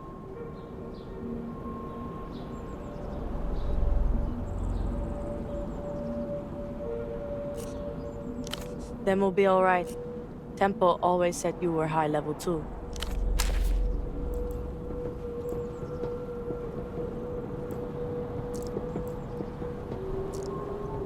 Embedded in the tram's back wall, a cracked plastic dome encases a single disc, surrounded by empty slots. The lock that was holding it closed has been bashed, broken. Someone's done the hard part for you. The way is open. Music for Trams, Volume 7. Gone. Vandals have ransacked this tram's music library. Also, no guarantee at all that Volume 7 is the final one. It may continue for many volumes hereafter. A cultural maneuver from the president of the tram company, who incidentally has been missing for the last 2 months. Teenagers no longer have to bring their own music to play obnoxiously loud. Privatization has provided the means of sonic production for them. Turned on it almost immediately. Teens do not like being given things. They prefer to take. The damage is mostly surface level. The obvious mutilation of the dome and theft of the discs. The graffiti scratched into the plastic. Beneath that, the machinery is intact. The greatest advantage a machine has over man, the will to live, is not required. It will do for your purposes. The plastic dome lifts easily. Its shattered locks jangle as it rises. Now that you're actually here, you see every detail of your plan up to this point with new eyes. Time to select the Song of Death, or the many songs of death. You can always decide on the most fitting one when the time comes. If it comes. Better to be prepared. If you have only one choice, you have zero choice.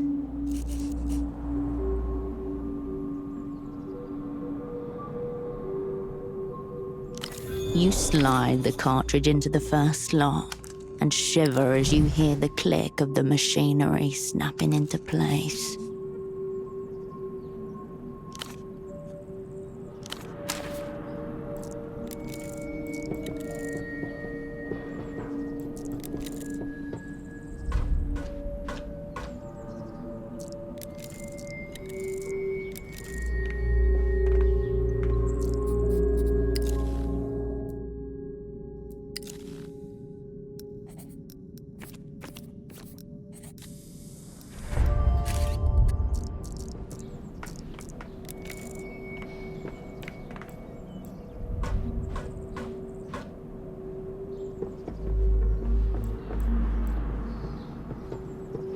The Great Cascade.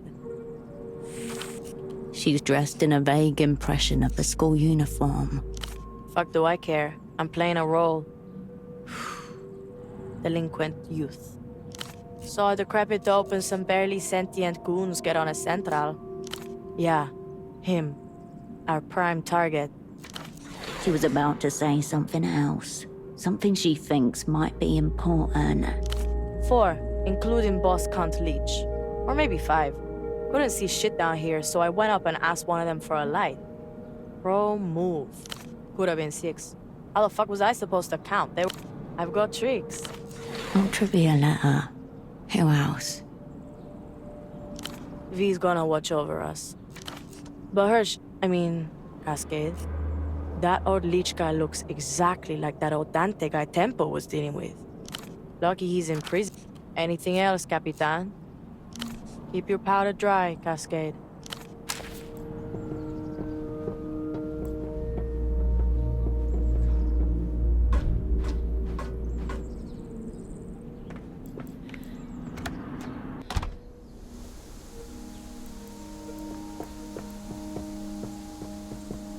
Not gonna be leaving for a while. Sorry. Special schedule today. She takes short puffs on her pipe, like she's trying to make it last. Is she in on this? Paid off, threatened, fanatical?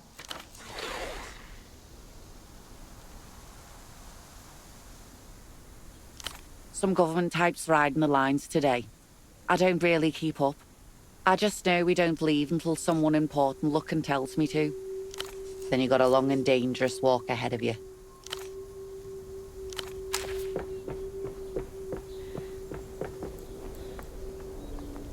Hello again, mijita. Strong goon aura coming off this one as well. She's in on the Lusian scheme, whatever it is.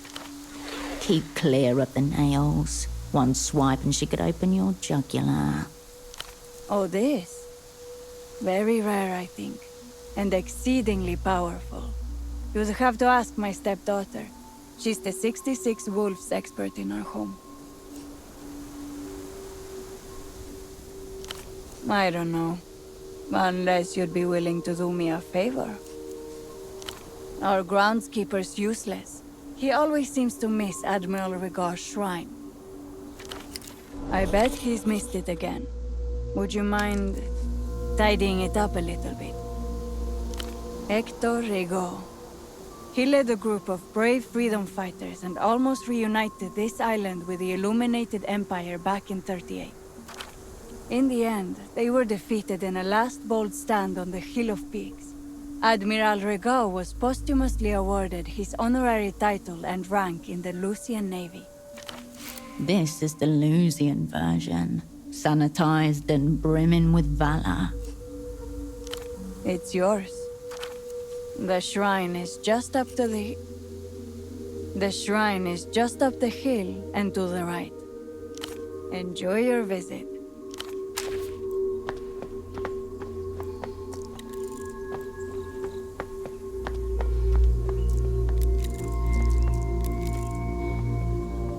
Your asset cowers before the shrine like a penitent monk, hands clasped. She looks up at the sound of your voice. The hue of her eyes has changed. Her pupils are an empty swallow in black. Something dark has risen within her, eaten all the color from her soul. He's here, Hirsch. Don't you see him?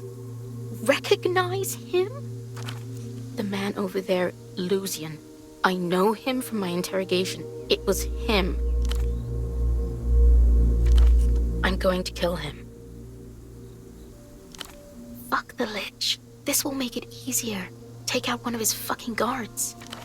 You barely recognize her voice, emerging like a stranger's from a haze of red mist.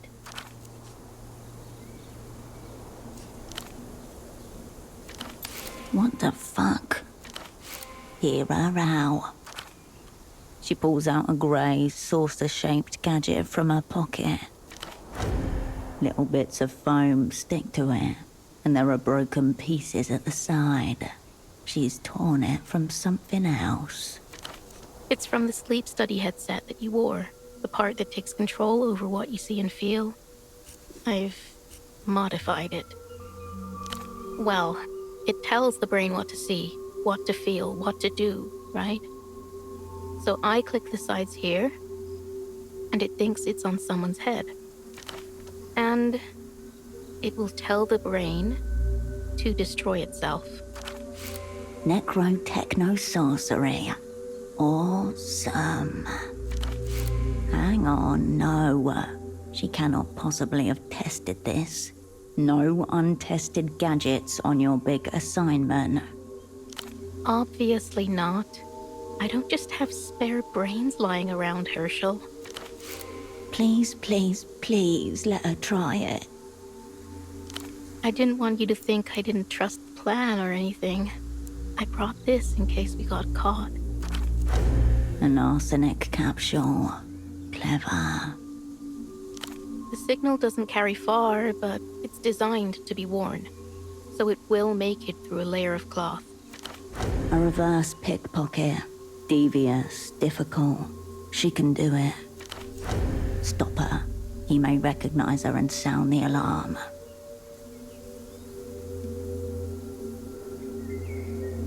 Come on.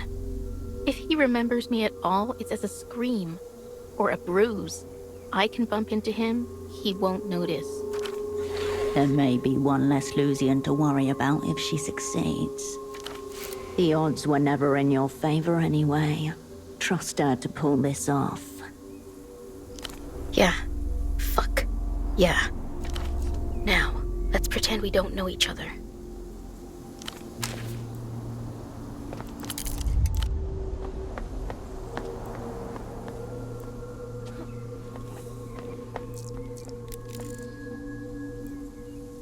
Wilderness has gradually crept over the shrine, like the earth is trying to pull it out of sight.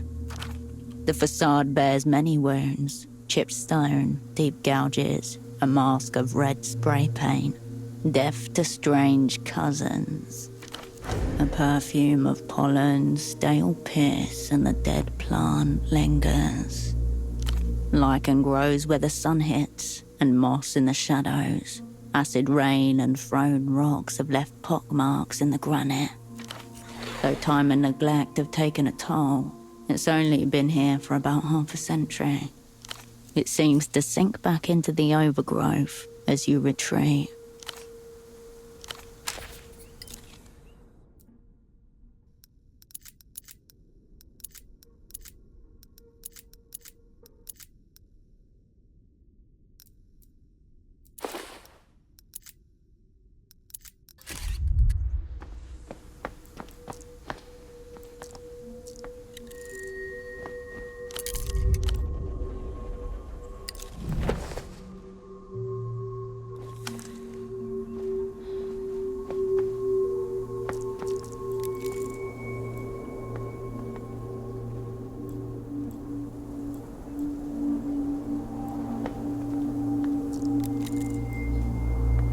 Hundreds of faces glance or gaze out from the photo frames gathered at the statue's base.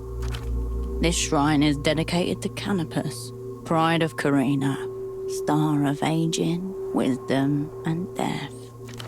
Despite its reputation as an unfortunate star, every Lusian is taught to rely on Canopus above all others.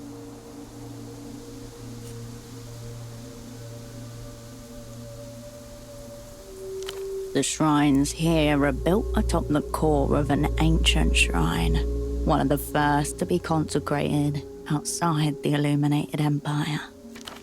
You are standing before that core, now a stranger on its own turf.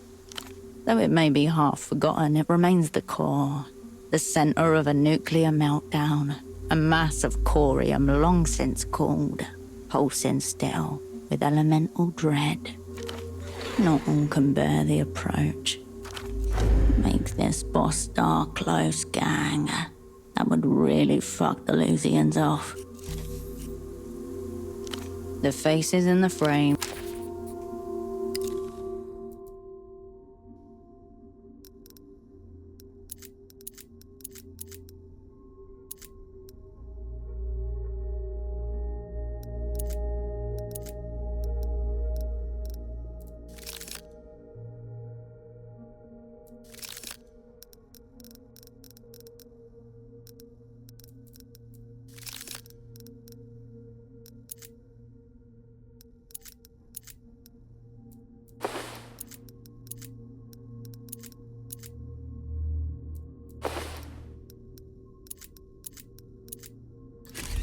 You loom once more over the shrine and its congregation of frames.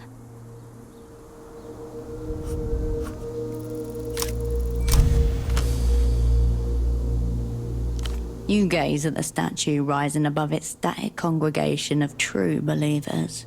You have no one behind you, yet still, you find the words. This seems to get the star's attention. You feel a subtle gathering of light across your form. Curious, questioning. Who are you? Hello, Cascade, comes the faint reply. We've never seen you around before. Your words, though muttered, ripple across the photo frames. The faces in the photo frames hold their breath. Light shimmers across the statue's surface. Go on, Cascade, it seems to say. Speak. A cloak of luminance. The prayer for the core has been transmitted. For now, silence is the response. The full spectrum of human age and emotion is splayed out before you. Disordered, entropic. Some of the faces knock loose memories of people you have known. An old music teacher, a woman who ran a bakery you frequented in college, a fourth love. Yet none of them are real people to you. In the crowded rooms of your life, faces fragment into variations of themselves. The audience are seated and hushed. They expect something big, something momentous. The standard gesture for those who would fill the frame in spirit, yet not in image. Who are you setting it for?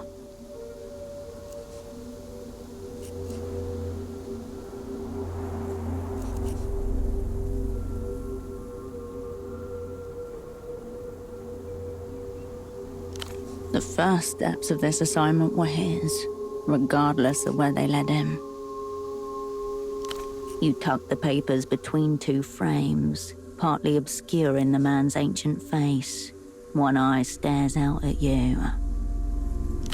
You find the gap between the sea of frames and delicately set the photo down. You all seem uncomfortable in a crowd. Maybe this photo was worth the risk. Maybe that's all you need sometimes. The faces in the frames are forced to watch you go.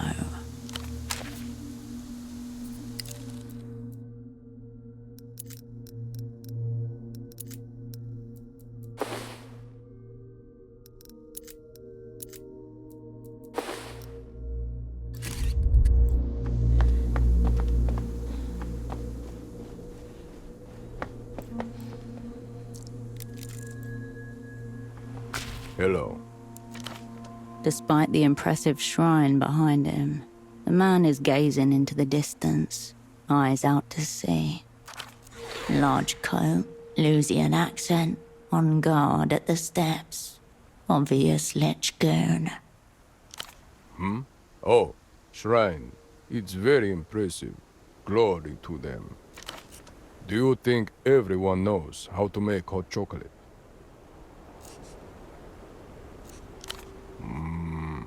I left my girls with a babysitter for this work trip, and I never showed her how to make their cocoa. Nor the fascist Soviet's attempt to humanize himself. Look. He reaches into an inner pocket and produces a small square photograph, which he holds out delicately between giant thumb and forefinger. The picture shows two pudgy toddlers grinning over the horizon of the man's arms, whose own smile is so broad that he's almost unrecognizable. They're so much lovelier in person. I hope they send me home soon. 3 parts milk, 1 part cream, 5 squares of dark chocolate, a little honey. He looks down at his empty hands, imagining the marks. You think? Lourdes has a lisp, and Luna, she gets her words backwards sometimes. But I'm sure it will all be fine. Thank you. Yes, good day.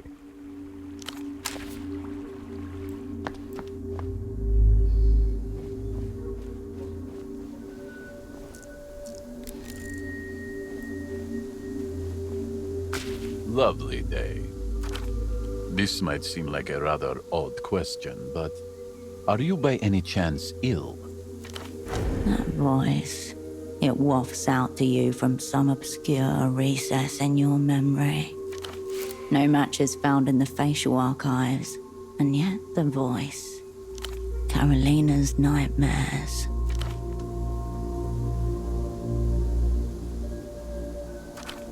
Is something the matter? I was just asking if you were terminally ill. Sorry if that caused any offense. He tucks a strand of dank hair behind his ear and pulls softly on his cigarette. Once seen, it is obvious. He's not just an asset. He's a high-level operant for the Weeping Eye. A genius of pain. Another conclusion follows. Half inference, half intuition. You look at your enemy for the answer, and a sardonic smile answers you. He's known from the beginning. And if you have been spotted, so have your assets. Your mind flips through the possibilities. What is even within your power to do with it? Yes? You've been staring at me for some time with a most perceptive expression.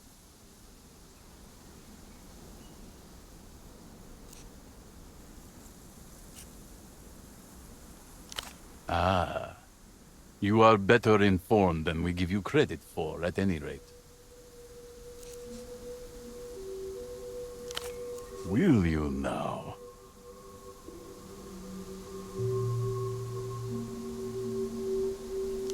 Yes?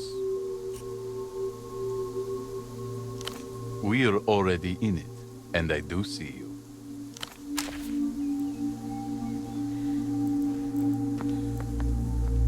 The vending machine hums as if it were in prayer. You turn away from the machine. The receiver awaits your hand. Someone has scratched Sonido Lose into the pale pink plastic.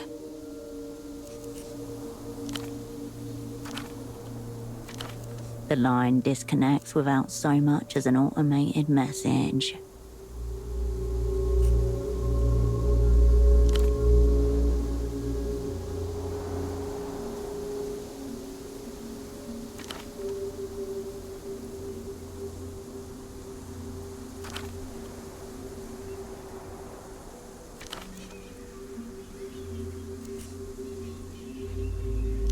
The receiver cord sways in the breeze.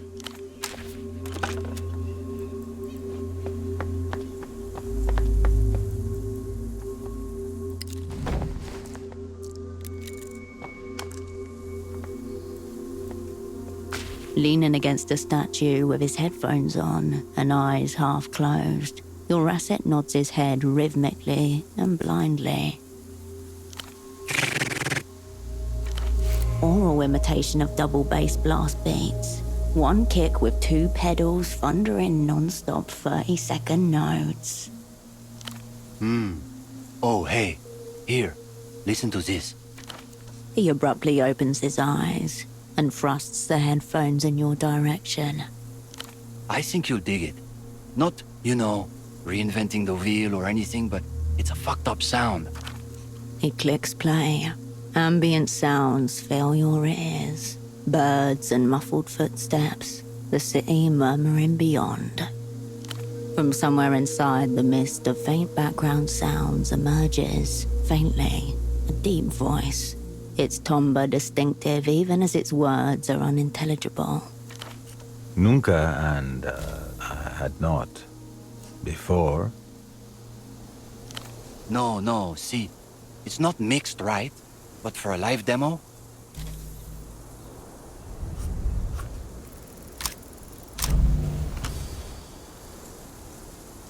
The more you listen, the more the voice becomes just one more element in the soup of soft noise. Oh, Baron. Eated. Odd. Eral. Ada. It's a cricket. That much is obvious. Picking up a conversation happening right here, right now. A live ceremony. And yet, answering Tintin. Yeah. Horse. And full. East. Nothing remains of the voice but the occasional bass note running through the whispers, like a tape worn to disintegration. Your asset receives the headphones from you, with a morose expression on his face. Bad production, I know. In any case, I think you should get moving, H. Go.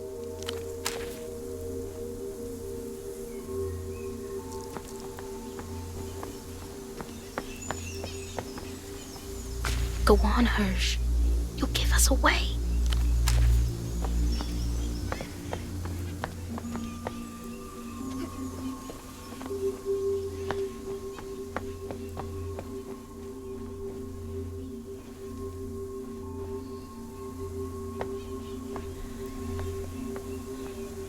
The shrine is eerily still.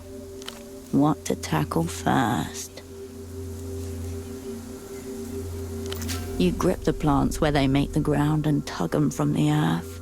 Soon there's a small pile of uprooted stems and leaves lying next to the shrine.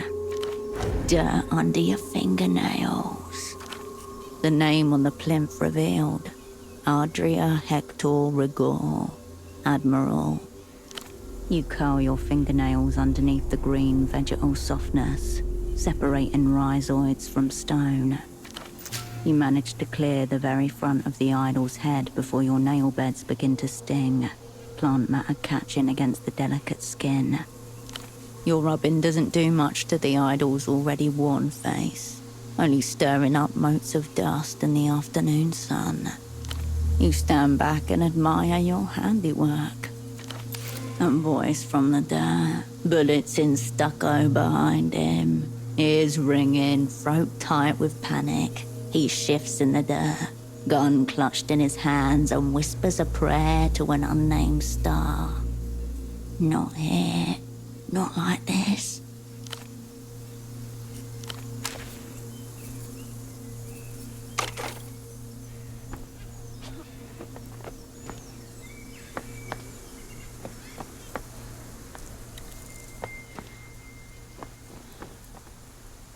Did you have a chance to tidy up Admiral Rigaud's shrine?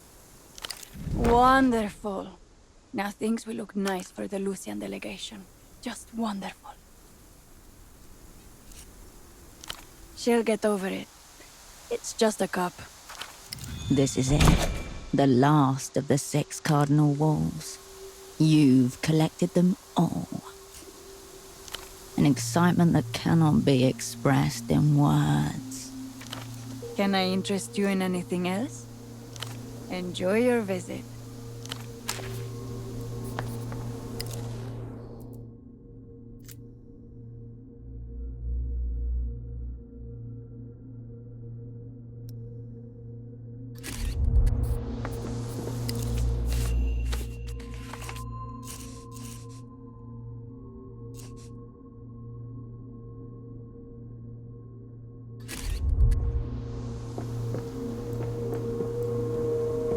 Hi again. Still not leaving yet. Sorry. Sure. You smoke in companionable silence. The blue smoke from her pipe and your cigarette mingle. What is the plan here, operant? Make it brief then. Your quarry is already on the move. On a normal day, every hour on the hour. Today, the guy with the funny glasses is in charge of the timetable. He'll tell me when they're ready to head back down. The Lich isn't the one giving the order to leave. That's odd. What? Like to pray? Never been up there, actually.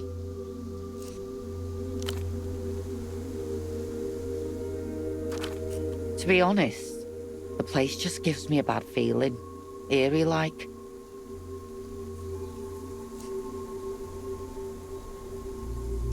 You mean aside from the diplomatic delegation? Because you don't see that every day. There was a schoolgirl who kicked off about not having a lighter. She kept screaming for one. I offered her mine, but she would only take it from one of the Lusians. She calmed down after that, but how'd a kid get hold of Ouroboros blacks? Hopefully a nicotine-addled teenager with expensive taste is what the Lich saw, too. A shame there's not much to see. If there's a traffic jam, or a fire or something big like that, sure. There's people up here to watch too, and I keep a book under my seat for the really slow days. Whatever book she's working her way through at the moment, it will remain unfinished. This is the quietest route on the line. I'd say it's dull, but beats the Keysack route. Not much. Installation wasn't cheap either. It was a cool idea. Of course, most of them had the shit kicked out of them within a month. The only reason the one on this tram is still functional is because it's the quietest route on the line. Did you have something you wanted to hear?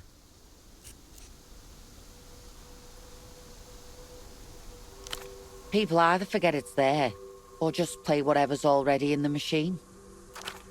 But sometimes when there's no one on, I play my own music the whole way down. Solo karaoke. No one around to hear her shout singing along to the grief sludge disc she keeps in her bag for days like this. You imagine her drooling, twitching, spraying a fine gruel. If she survives, she will be the first to be interrogated, and then we'll make an example of her.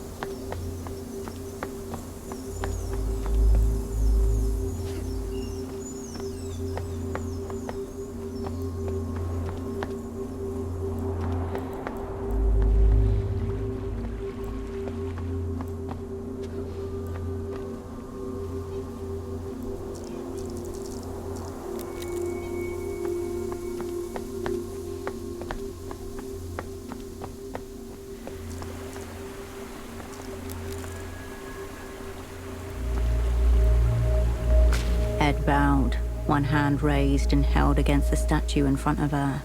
The woman in the military coat murmurs softly. The posture suggests prayer, but a violent one, every muscle clenched and quivering. Severidad, embriágame de vuestra fuerza, alumbra. Y vuestra visión. Yes? On the statue, a smear of fresh blood from her hand, open cut on dirty stone. It's nothing. I cut myself. Rock sharper than it looks. That stone is smooth. She did it to herself. Why does this matter to you?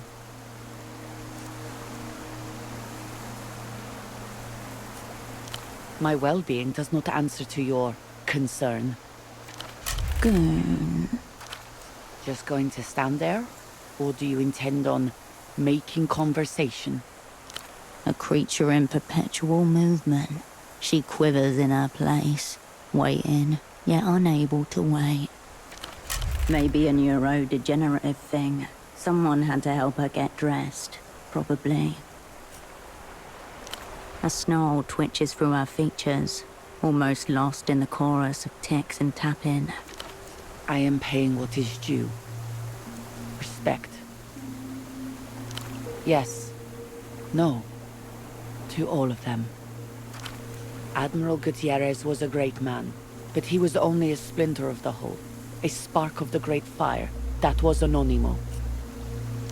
The cut is unrelated. It is not.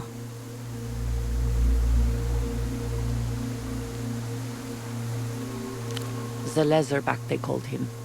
Warlord of the Southern Ocean. Cacique of the deeper waters. Leatherback turtles often emerge from unknown battles in the abyssal depths. He quelled the uprisings of the archipelago and maintained peace in the island territories for more than 30 years. Gutierrez was an instance, a shining instance, but beyond, behind all the instances, there is something eternal. Something real. Nostrils flare, foot taps, her arms cross and then uncross again.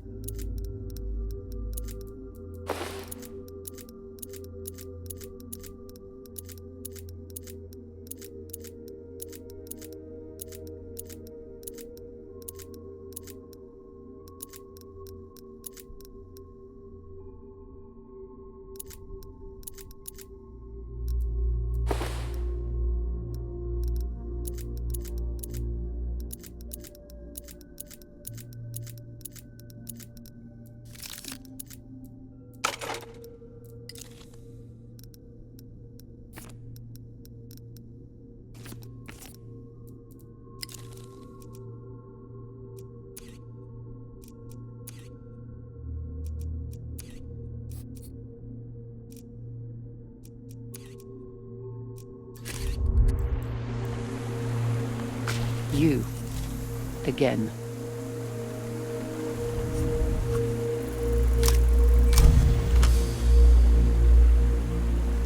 The blood on her hand is a desperate attempt to bond with a heritage not her own.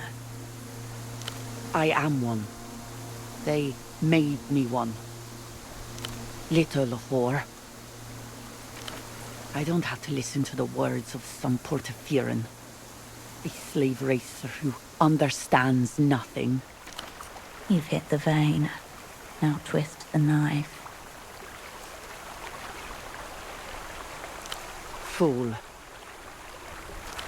I don't presume to be equal to the heirs of Anonimo.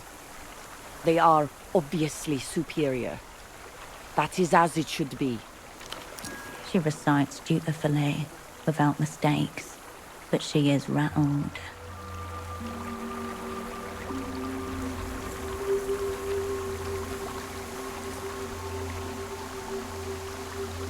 I will bleed harder, not faster.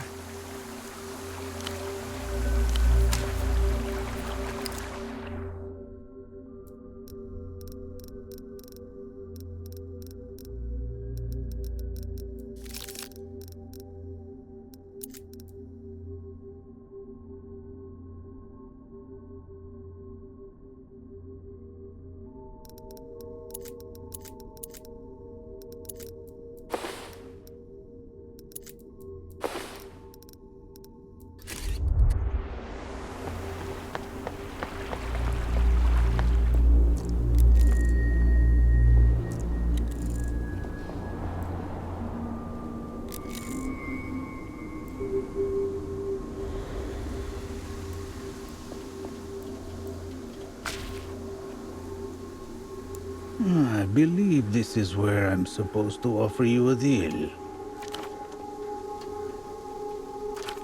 And somewhere beyond them, the shores of Leluz. The moment crystallizes, the world is empty save for you and your enemy. The board is set, The Manus Fati hovers above the pieces. Whatever you want. Money, advanced techno secrets, forgiveness. Your counteroffer is this. A bullet to his reactionary skull. As he attempts to straighten himself, he lists to one side, like a wounded battlecruiser. He could pass for a simple drunk, waiting around for his off-license to open. I am sure.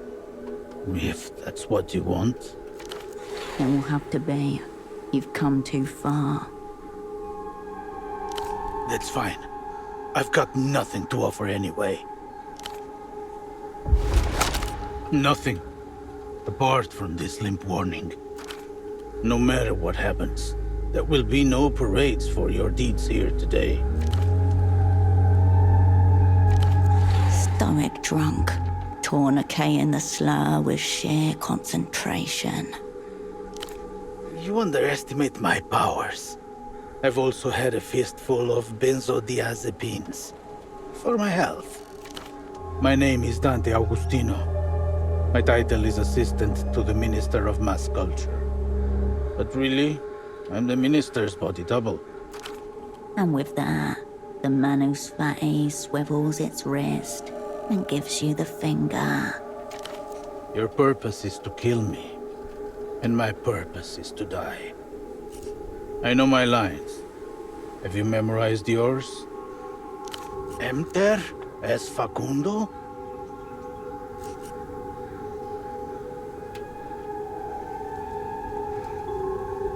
It seems no one's going to get what they hoped for today. Sometimes it works out like that. The person in that Emter jail is Facundo Reis, Minister of Mass Culture for the Imperio Iluminado. Some primal part of your brain rejects the information like a gag reflex. The art of dying is a lot trickier than people realize. I've been practicing it since a boy. My first mock assassination was at age 15. Would you like to hear about it? A combination of anesthesia and metal just about managed to contain his fear. I'm reciting a poem in front of all the other boys. One I've been preparing for weeks. In slumber did my eyes alight. We're in the court. A distant look comes over him as he sways to and fro. One foot in the present, one in the memory. A man stands up in the second row. He draws a machine pistol from his coat and opens fire. I drop screaming to the floor. I quickly realize two things. First, I'm not dead. The shots are blanks. Second, my mouth is filled with the strangest taste. The death cocktail. What the brain fires to prepare itself for imminent extinction. Dopamine, adrenaline, DMT, endorphins of every flavor and hue. Since that day, I've tasted it more than 200 times. I can feel it gathering on my tongue right now. See? Like metal dissolving in stomach acid. Are you nervous? Don't worry, it's normal. You do believe me.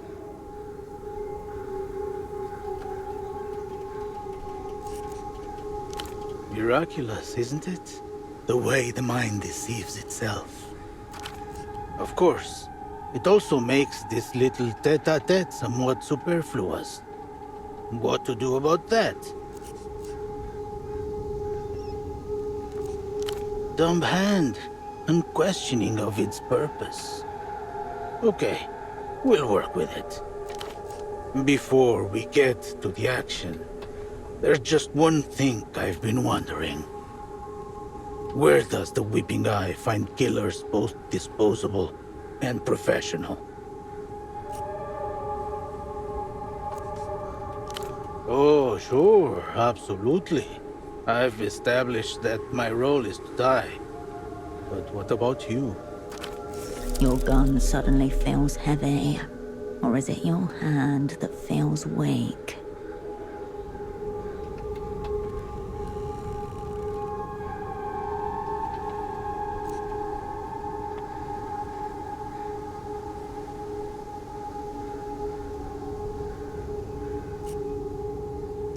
And what about them?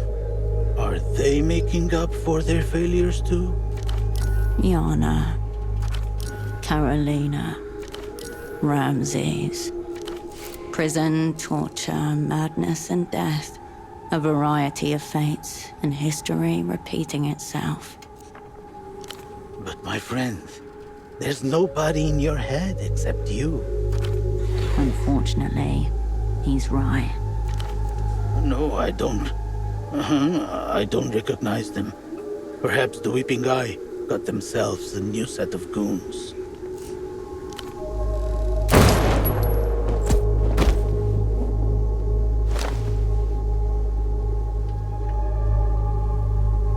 Somehow the gunshot takes even you by surprise.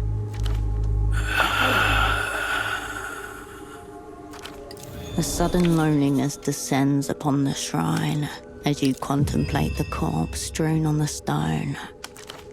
What was that about a body double?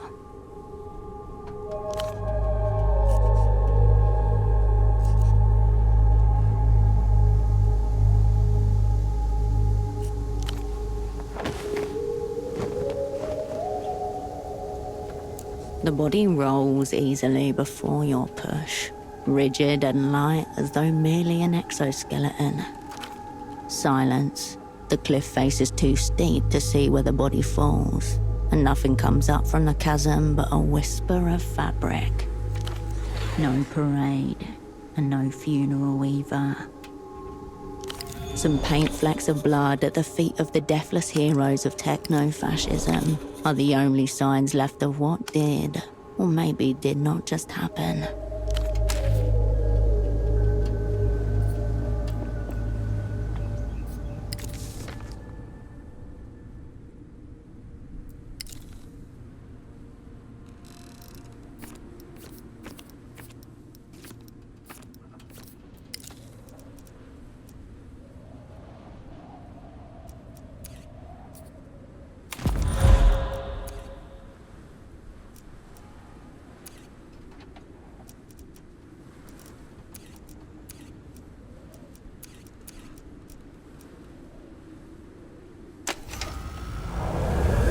This is a dangerous path you are traversing, Cascade. In the subterranean halls of the opera, the ancients are whispering about you. They're saying Cascade has gone looking for it. A question that's plagued centuries of poets, athletes, aging rock stars, and operants, each driven to utter distraction in their own mental wilderness. In the end, it cannot be known, only had or not had. No spiritual, chemical, or therapeutic substitute. Then you've already lost. Some are born with it. Those who go looking for it, more often than not, end up destroying their lives in pursuit of the elusive ideal, like operant probable before you. The Ancient Ones shake their heads with despair. There goes another one, they're whispering. The opera's psychomancers had high expectations for your levels of it, based on their initial examinations. In their final reports, Probable speculated that it had disappeared completely from this material plane, and could only be recovered by undertaking a dangerous meta-quest. Luck and skill, Cascade. You will need both.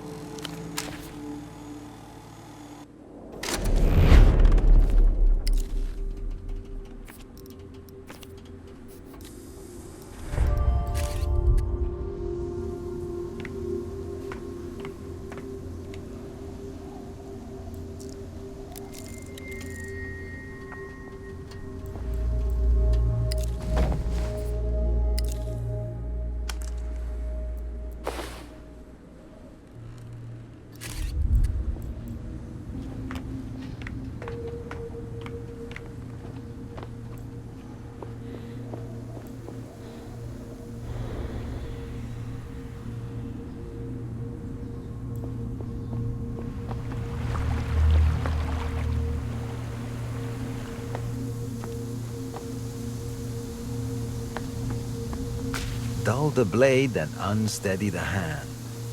The Great Cascade makes her appearance at last. Before you, a heavy-set form flanked by 2 minions. His eyes are scattered into the insectoid ovals of his 6-lens spectacles, his lips pursed in irritation. Here we go. Actual boss con. Not possible, I'm afraid. You're in the care of the Weeping Eye now. His voice, the tonality, like a shadow creeping up the wall of a memory. The past again, this time worse. And you're the operant called Cascade. Nice to be on the same page.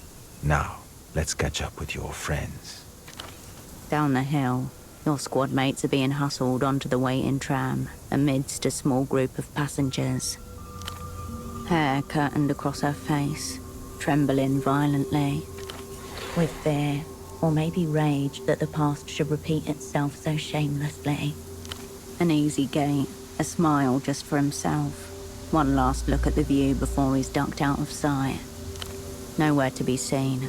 She must be on the tram already. There they go. Your people. Constitutes the single greatest operational catastrophe in the Operant Bureau's history. Fud, fud, fud. The secret police of your heart are kicking down doors again. Take it in on the walk down. He's going to hurt you. He's going to hurt you for a long time. Before you can move, a presence at your back, rough hands across your body. Declawed prey.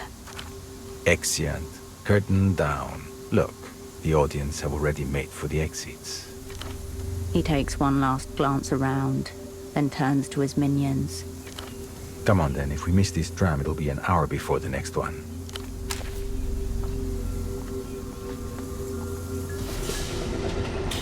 Perhaps someone should go down and check on Boris and Irina.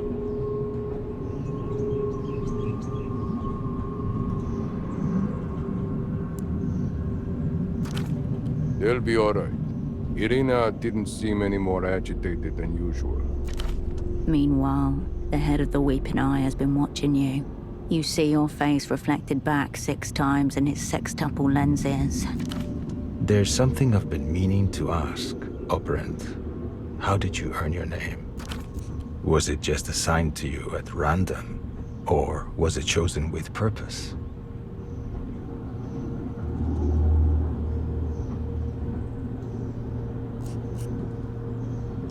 I would love the chance to debrief a real opera controller.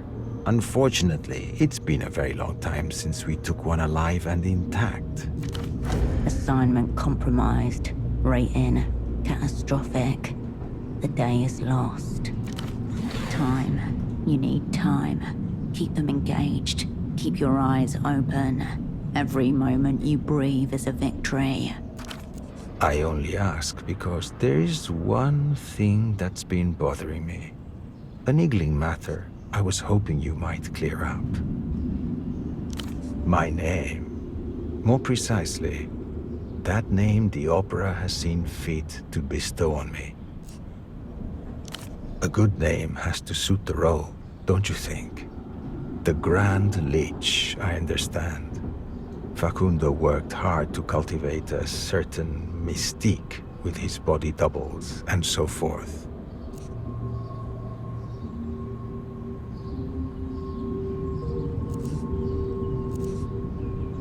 I'm saying it's my horrible burden to look into the hearts of humanity and weigh their contents. I'd expect my epithet to convey something of the grandeur that implies. But 100-eyed golem? I don't know what to think of it as a name. I think it's the eyes. There should be more of them. Maybe that's it. It's just not that many eyes when you consider the magnitude of my burden. This is good. Keep him talking. The jukebox. Signal. Fighting chance.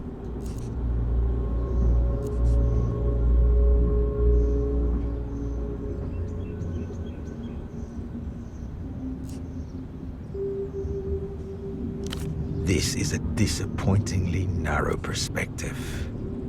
What's obscene are the visions those eyes are made to endure. Hordes of repugnant, spiritless whites sleepwalking through a dark thicket. The whorehouse wonderland of depraved individualism. A crazed disorder that nevertheless reproduces itself anew with each day. The world as you found it.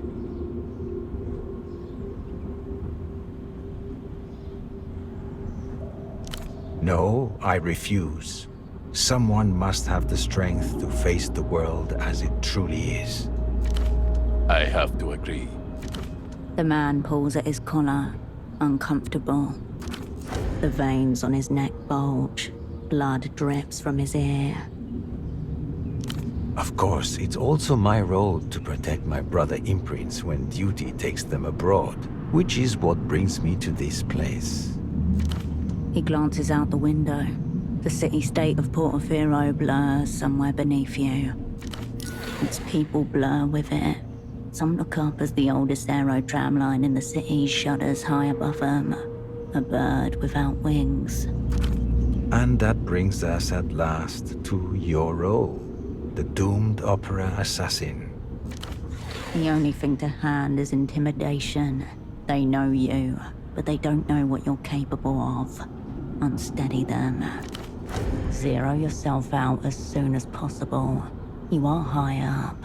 Defenestration is viable. Lie. Draw it out. Time is not yet your enemy.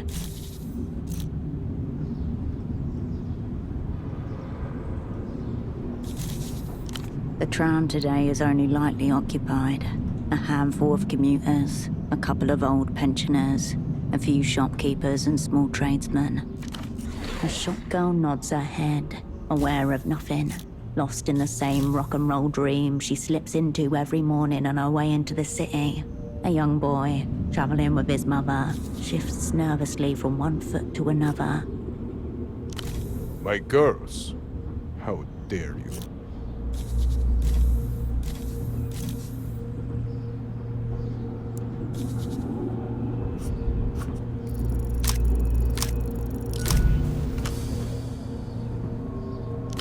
Strong line, in theory, except for your voice slips and cracks on the final syllable. The man to your left stifles a laugh in his gloved hand. I'm sorry, the opera, what was it? I missed it. Say it again. It cracks again, just like the first time. It's like someone stepped on a child's squeaky toy. Shame how far the opera has fallen behind, gasping for breath, about to be lapped by the field.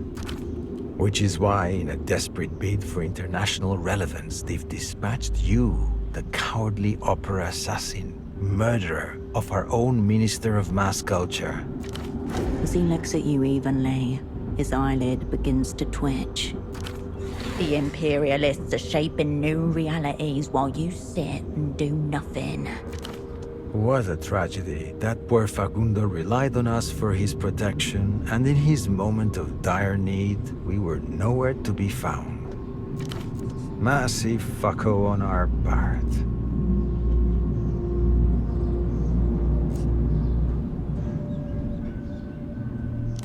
Deranged figments of a mind corroded by post-historical materialism. The mind plays strange tricks on the dying. She may have no memory of what she's done. Then let's return to reality. Your Grand Lich, our Minister for Mass Culture, was just shot by a depraved opera assassin. That would be you. Dread, realizing itself as vomit rising up the back of your throat. Could these be the sensitive, invisible fingers you've always felt, hovering darkly above your days? Whatever you may be feeling now, take heart in this. You played your role very adequately. Thank you also for providing us with such a detailed signed confession. This will simplify the proceedings to come greatly. I'm not. The relevant documents are all prepared and waiting for you. When the time comes, you'll only have to read the lines as written. Here it is, laid out. The logic of the ritual sacrifice. Behind the man's gaze, the world turns against you. In a few hours, we'll board an unlisted flight to Cicatriz Frontera. There will be state media and propagandists from across the Imperio Iluminado waiting to record your arrival. They'll expect another convincing performance from you. Max will make sure your camera ready. The composed man nods and gives you a sad smile. Your show trial will be compulsory viewing, I expect. The finale and the live executions will be a public holiday across the illuminated empire. What about your friends? Do you not owe them for everything they've given and are about to give for you? Beneath your feet, Carolina trembles under her see-through coat. A few meters away, Ramsey shifts uneasily from one foot to the next. Wait, there, at the far end of the carriage. A familiar face, watching you with that impassive stare that teenage girls are the natural masters of. Your controller was right. Yana has eluded the weeping eye's gaze. To them, she's simply a teenage delinquent, skipping class for the day. Awaiting your signal. A knife in your boot. You can turn this around.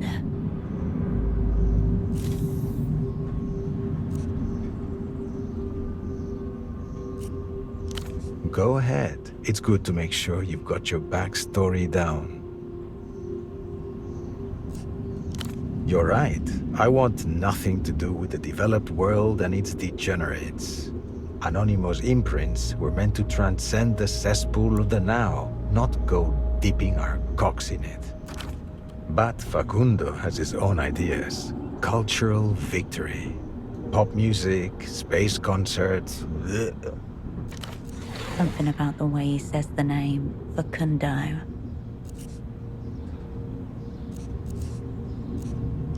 He's taken aback for a sliver of an instant. Point to the opera. You misunderstand. In another world, Facundo and I might have... But there was something in him. A sign of psychogenetic drift. We both knew it would always come to this. There are times, even now, when he wonders whether the drift is actually within him. A secret tide pulling him even further from himself. I suppose we would have made it up as we went along. I would have liked a little more direction, personally. Lucky for me, the opera seems to have reached the same conclusion via different means. Happy convergence.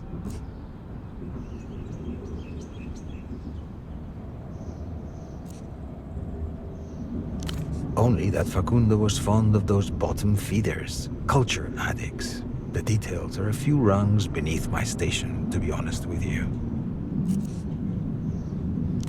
I'm not interested in giving you a techno primer. That was more Facundo's domain. Too bad you shot him.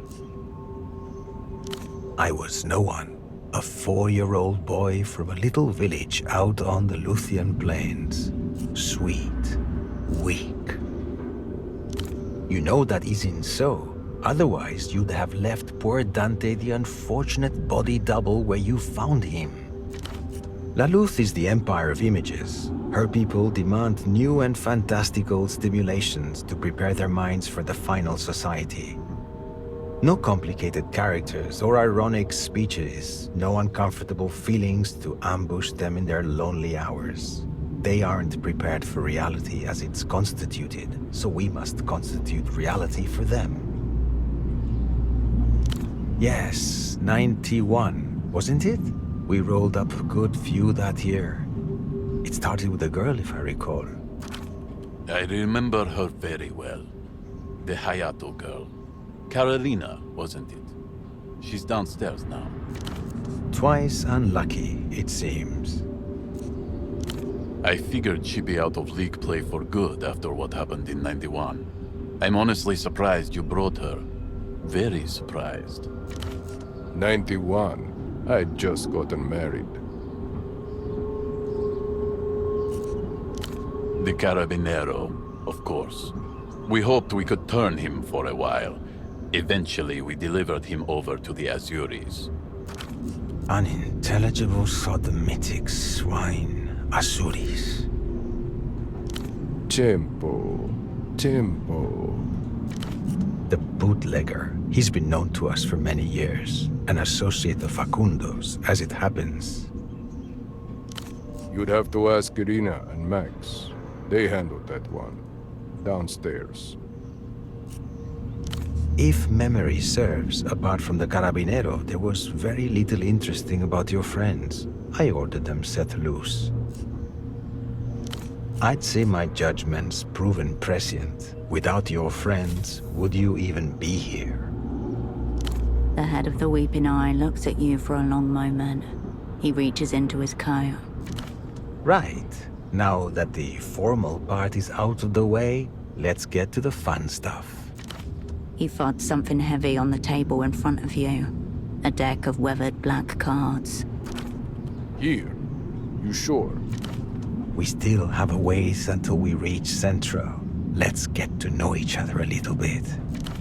To your left and right, his goons about their eyes. Entreaty. Ancient Lusian game of divination. Uses a unique deck of cards not seen elsewhere. Turn the fascist superstitions against him. You are the focus. Nothing else is necessary.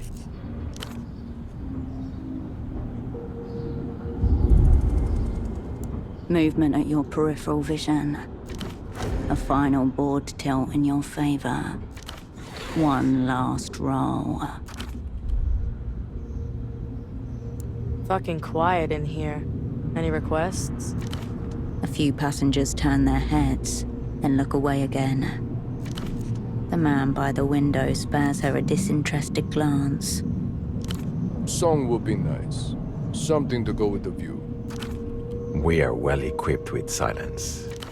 You feel Yana's eyes on your back, her hand over the jukebox. Ahead of you, futures shear off each other.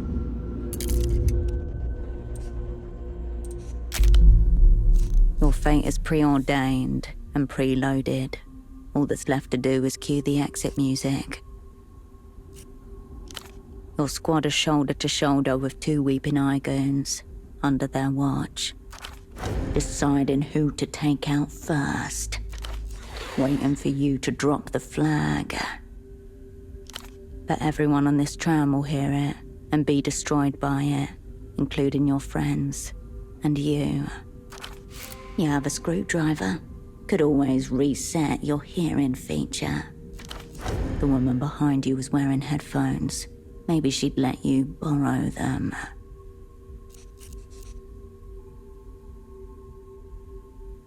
I'm just gonna hear something at random.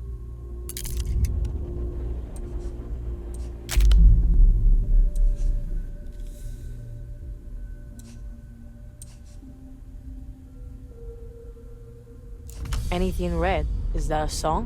What are you on about? Good question. Contaminated. Soul death. Anything red? Hold on. This is... Yes. Hard reset for the whole tram. Everyone will die, including you if you don't protect yourself somehow. Don't touch it. Hirsch? Stop her!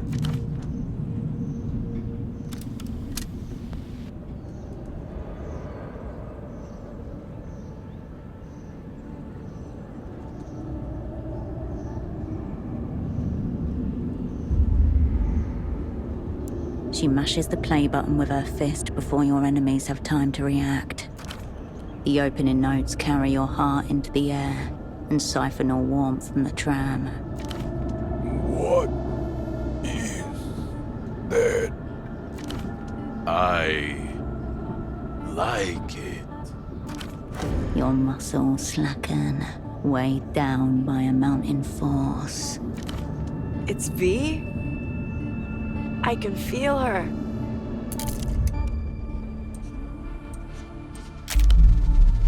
In a matter of minutes, Ultravioletta's voice will devour your mind. She'll be wiped clean from the Universal Registry, just like everybody else. You need headphones or no ears. You have a screwdriver. Hack and customize your hearing feature. The girl by the window is wearing headphones. You could swipe them from her. One among the many other murders you just willed into being. Heads drop, jaws slacken, pained and mesmerized by the sound. The disc is already at work, unpeeling their minds. There is nothing you can do for them. Your vision wavers at the edges, a violet overglow.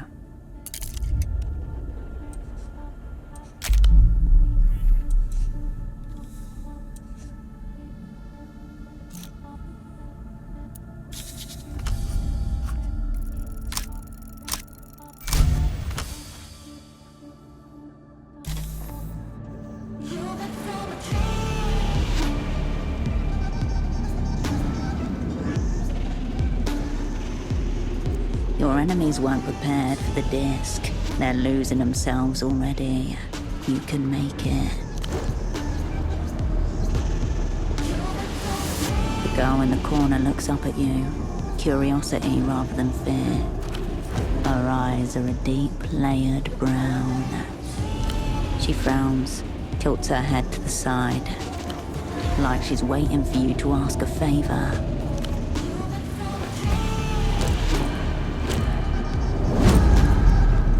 The shock of Ultravioletta's voice hits her. She falls back small into her seat.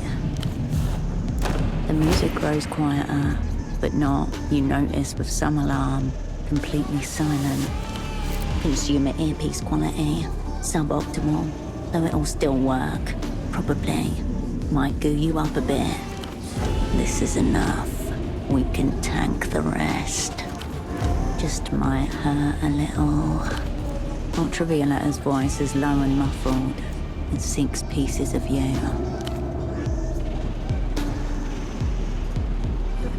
Yana mouths something at you, but you cannot hear her words. She speaks to you as if from behind aquarium glass. Where are we off to?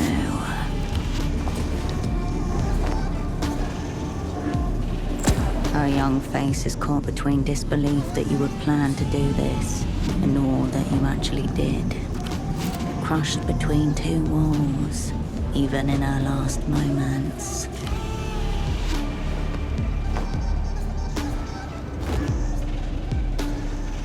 Impossible contours in the world around you. Seams you've never seen before. And never will again. Rain slips and falls from cloud beneath you. Beams of light outside. Golden halibut through the windows. It makes you homesick.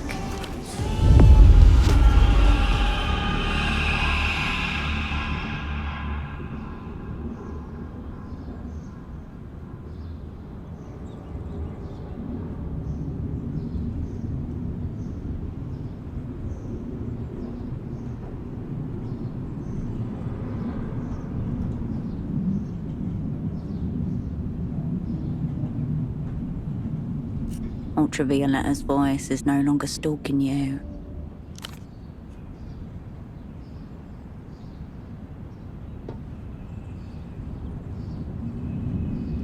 A few hundred feet away, an aero tram on a different line lumbers across the sky, balancing upon its wire. Maybe the driver can see you too. It drifts, shudders, turns. The driver doesn't look your way, doesn't even notice you. The world is quieter than you've ever heard it.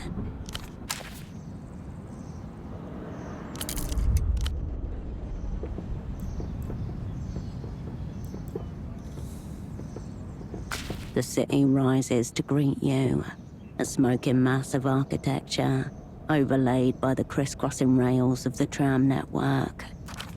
From this altitude, it looks like Portofino has been caught in a web of dark yarn. Goosebumps on the back of your neck.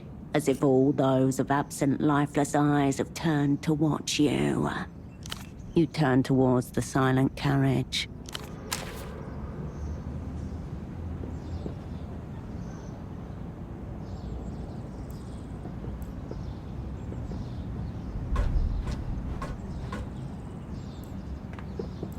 Ramses lies on the floor, eyes open.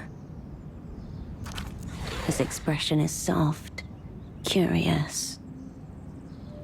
You press your fingers over the soft skin of his eyelids, coaxing them down. They open again. You leave his body on the floor. He gave me his headphones. Ramses's body lies at the end of her gaze. She does not look away. But not you. You did this, didn't you? Rhetorical question. You're the only one standing. Of course it was you. I need some time. She turns away from you.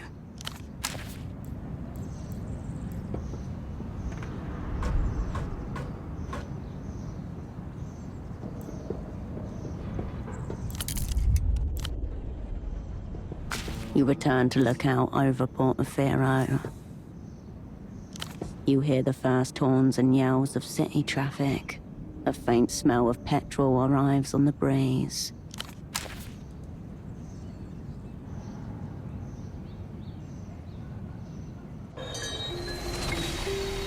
One more phone, one more voice. Please tell me you have good news. Don't mail me right now. The first reports made it to Novassa 20 minutes ago. Some very spooky stuff appears to be going down in Portofino. I'm getting descriptions of an aerotram full of insensate huts, neither alive nor dead. Their minds obliterated by some unknown phenomena. Among them, the 100-eyed golem himself. What is going on? And now we've topped it off with a little psycho-spiritual atrocity. Seems appropriate somehow. At least you made it out, in the end. But that still leaves the object of your assignment, the Grand Lich. Did we pull it off? Might is a very concerning word. Please elaborate. Further warbling would be a mistake. Fucking hell. And now that things have kicked off, there'll be no cutting a secret deal for him. We missed a massive opportunity there. And what of your squad? How did they carry themselves? Damn. Who did we lose? Yo-Yo. Lost. The sound of a box being marked on a standard form. Radian. Lost. Another form. What about Kindred? Is she alright? Has she made it safely to cover? Right. That's good to hear. As soon as we're able, we'll get them out. Not a complete disaster, then. Still, 2 unmarked stars. It'll be a long night at the Hyacinth Bar. And to top it off, the object of the assignment itself remains unfulfilled. Leaves an ashen taste in the mouth, I have to say. Whether we did or didn't is a matter for people with loftier responsibilities than you and I, Operant. Believe me when I say it's a relief to not dwell on it. I suppose that just leaves the final ranking. Yes, there's a new system we're supposed to use. The Z-scale. It's a new initiative. Supposedly a more objective way to rate Operant's performance in theater. Ice crystals fractal in your veins. Your controller mumbles something to herself as she dutifully prepares the assessment form. Who knows what will happen when Emter realize they've been holding the Lucian Minister of Mass Culture this whole time. I imagine it will give them the upper hand in this secret treaty negotiations. Not exactly the win we were looking for. No, I would not call this our most brilliant outing. I suppose zeroing out the head of the weeping eye counts for something. But I have to say, it kind of looks like we just rearranged the pieces on the board. I guess some would call that an acceptable outcome. I seem to be saying discomforting things at the end of the assignment. The psychomancers tell me I have a low tolerance for ambiguity. A personality flaw, I suspect. Overall, a very mixed picture. X. X. That's your rank, since you asked. Yes, that's true. You're right. It's one rank higher than W. This isn't a negotiation, Operant. There's nothing to accept. It's the rank you've been given. It will be entered into the assignment file. But for now, you should get going. If you depart now, you'll make the Eastern Republic by nightfall. She'll do exactly as a liminal class as it is meant to. Erase all trace of the opera from your safe house, and then recede into the background.